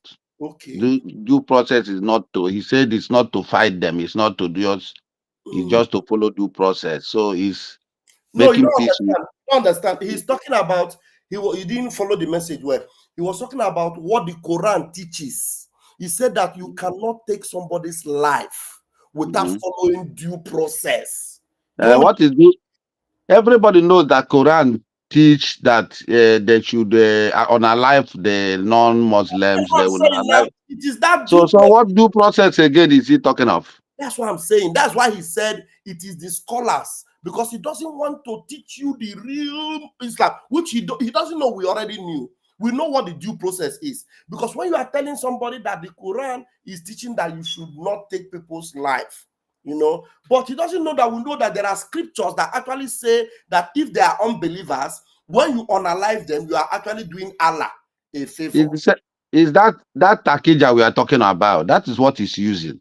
Okay. Because they use it at every convenient time. So he's just using the takija to confuse everybody, to make you feel that they are not like that. This is not what we are. We are peaceful religion, but at the back, they will deal with you. The thing is that Nigeria is gone. All these things that are happening, I don't think how they will clear it if they decide to clear it. It's not possible again. These guys have been assimilated. They are in. They have gone too far. So taking them out or stopping what is happening is going to get worse. It's going to get worse, But our people now, the people why they mercy for. Our Igbo people who go there to build skyscraper in Lagos. This vice president now, remember when his phone call was tapped or something like that? The one he was talking how they will take over Lagos. The state governor. So the whole thing is playing, and he said when they come into government, and he's in government. So have you heard him say anything about that thing, or Tinubu say anything about that? What is happening? Yeah. So our people, I don't let them go and throw away their money there now. Waiting concern. They are throwing away their money in Lagos. Let them continue. Ojukwu said it. When Ojukwu came back from exile, Ojukwu went to that same trade fair. That was where Ojukwu cried and called them and said, look, these things are waste. You are going to lose everything you are doing here. Go back home and do these things. So they refuse. Our people need to, when they are beaten seriously, then they will not thinking of going backwards, remembering where they came from and what is happening. For now, when they are enjoying, they don't care. They don't care. So that's the thing. Well, everybody should go to Twitter in the morning. It's late here now. Twitter tomorrow. Let us walk in Twitter tomorrow. Yes. Everybody retweet, like, retweet. If you see any of those this thing about how they are killing Christians, just retweet it. Anything about what is happening in the north, retweet it. So that the word is out now. They are watching, they are reading everything. So it's time to do the needful. This is part of the needful too. So my people, please let us forget. Sorry, Vam Vam Vam, what is Ogenkere doing with the money now he's collecting? What is he doing with it? Am I with Ogenkere? How do I know? I don't know. You get some information we don't get. Some people will be calling you somehow. Sharing the money among Elias and Dabirina. He's paying them 10,000. So he's sharing money with his colleagues there. Meanwhile, Biafra should remember that today it's already 12 a.m. here. It's crossing. We are going to be not hosting, actually, we're going to be streaming the press briefing of BNL leader Prince Commander Prince will. So we will be streaming his message to Biafrans live. That when? 12 noon, not 12 noon Biafra time. 12 noon Biafra time. It will be live. I will be streaming. Okay, on the 4th, that's tomorrow. Or this morning now. Yes. So 12 noon, the afternoon. So it will be live on this channel. Please just look up and wait for that program. You will only get it live from our stations, live and direct. So that is it. Thank you so much. When is the next 100 men meeting? Yeah, just keep your eyes on, and let us just keep the 100 men, this thing going on. We will have a meeting there very soon, of course. I dropped a message there. I don't know whether you saw it, and if you didn't see it, just call me after this meeting in case, or you go there and see, something is about to happen. By the grace of God, it will happen very soon.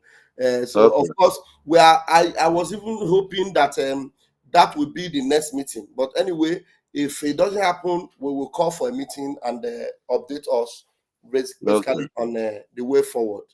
If you have not yet joined this 100 men, very, very important. Very important. Very, very important, honestly. So those of us that want to see things happening, we need to be there. We need to be there. Get in touch with me. My phone number, you can call me. It is better for you to call me on WhatsApp on this number. Because sometimes when you send a message, I may not see it. But when you call me on WhatsApp, +39 35100 33521, just call me from wherever. Call me and tell me, Vam Vam Vam, especially those in diaspora. We are not adding those in the homeland on that 100 men. Those in diaspora that know they have that zeal and that passion to support behind Mega. And the truth is that now any for what we are doing. So, and then you have been saying, I want to see action. I want to see something now. Osugo, Orugo no mume. Call me, and we have already done 2 projects. The reason why you are having BNL leader tomorrow is because of the 100 men. 100 men made it happen, and the BNL is taking back Bakassi. You are going to hear everything tomorrow. So thanks to the 100 men. So we are doing marvelously well. So you need to make sure you hook up with us there, and then we are going to be doing greater things. Uzo was trying to even bring the cat out of the bag. If not that I forced him to put that cat back into that bag. Exactly. So you people must be ready, because we need to do tremendous things so that in the zoo,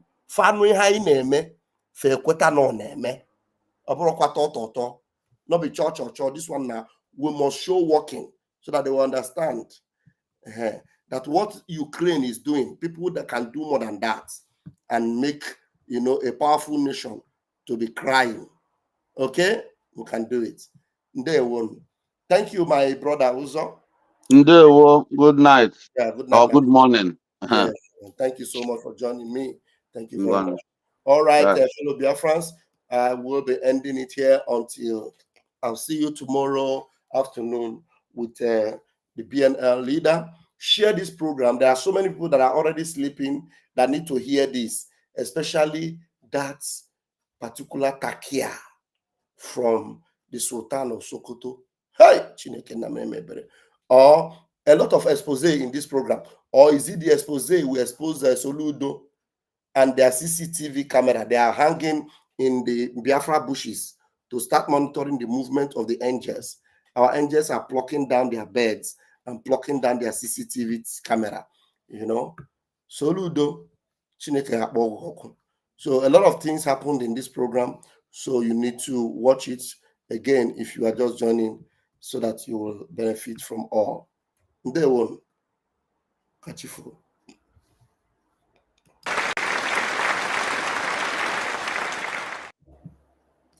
We are going to do wonders.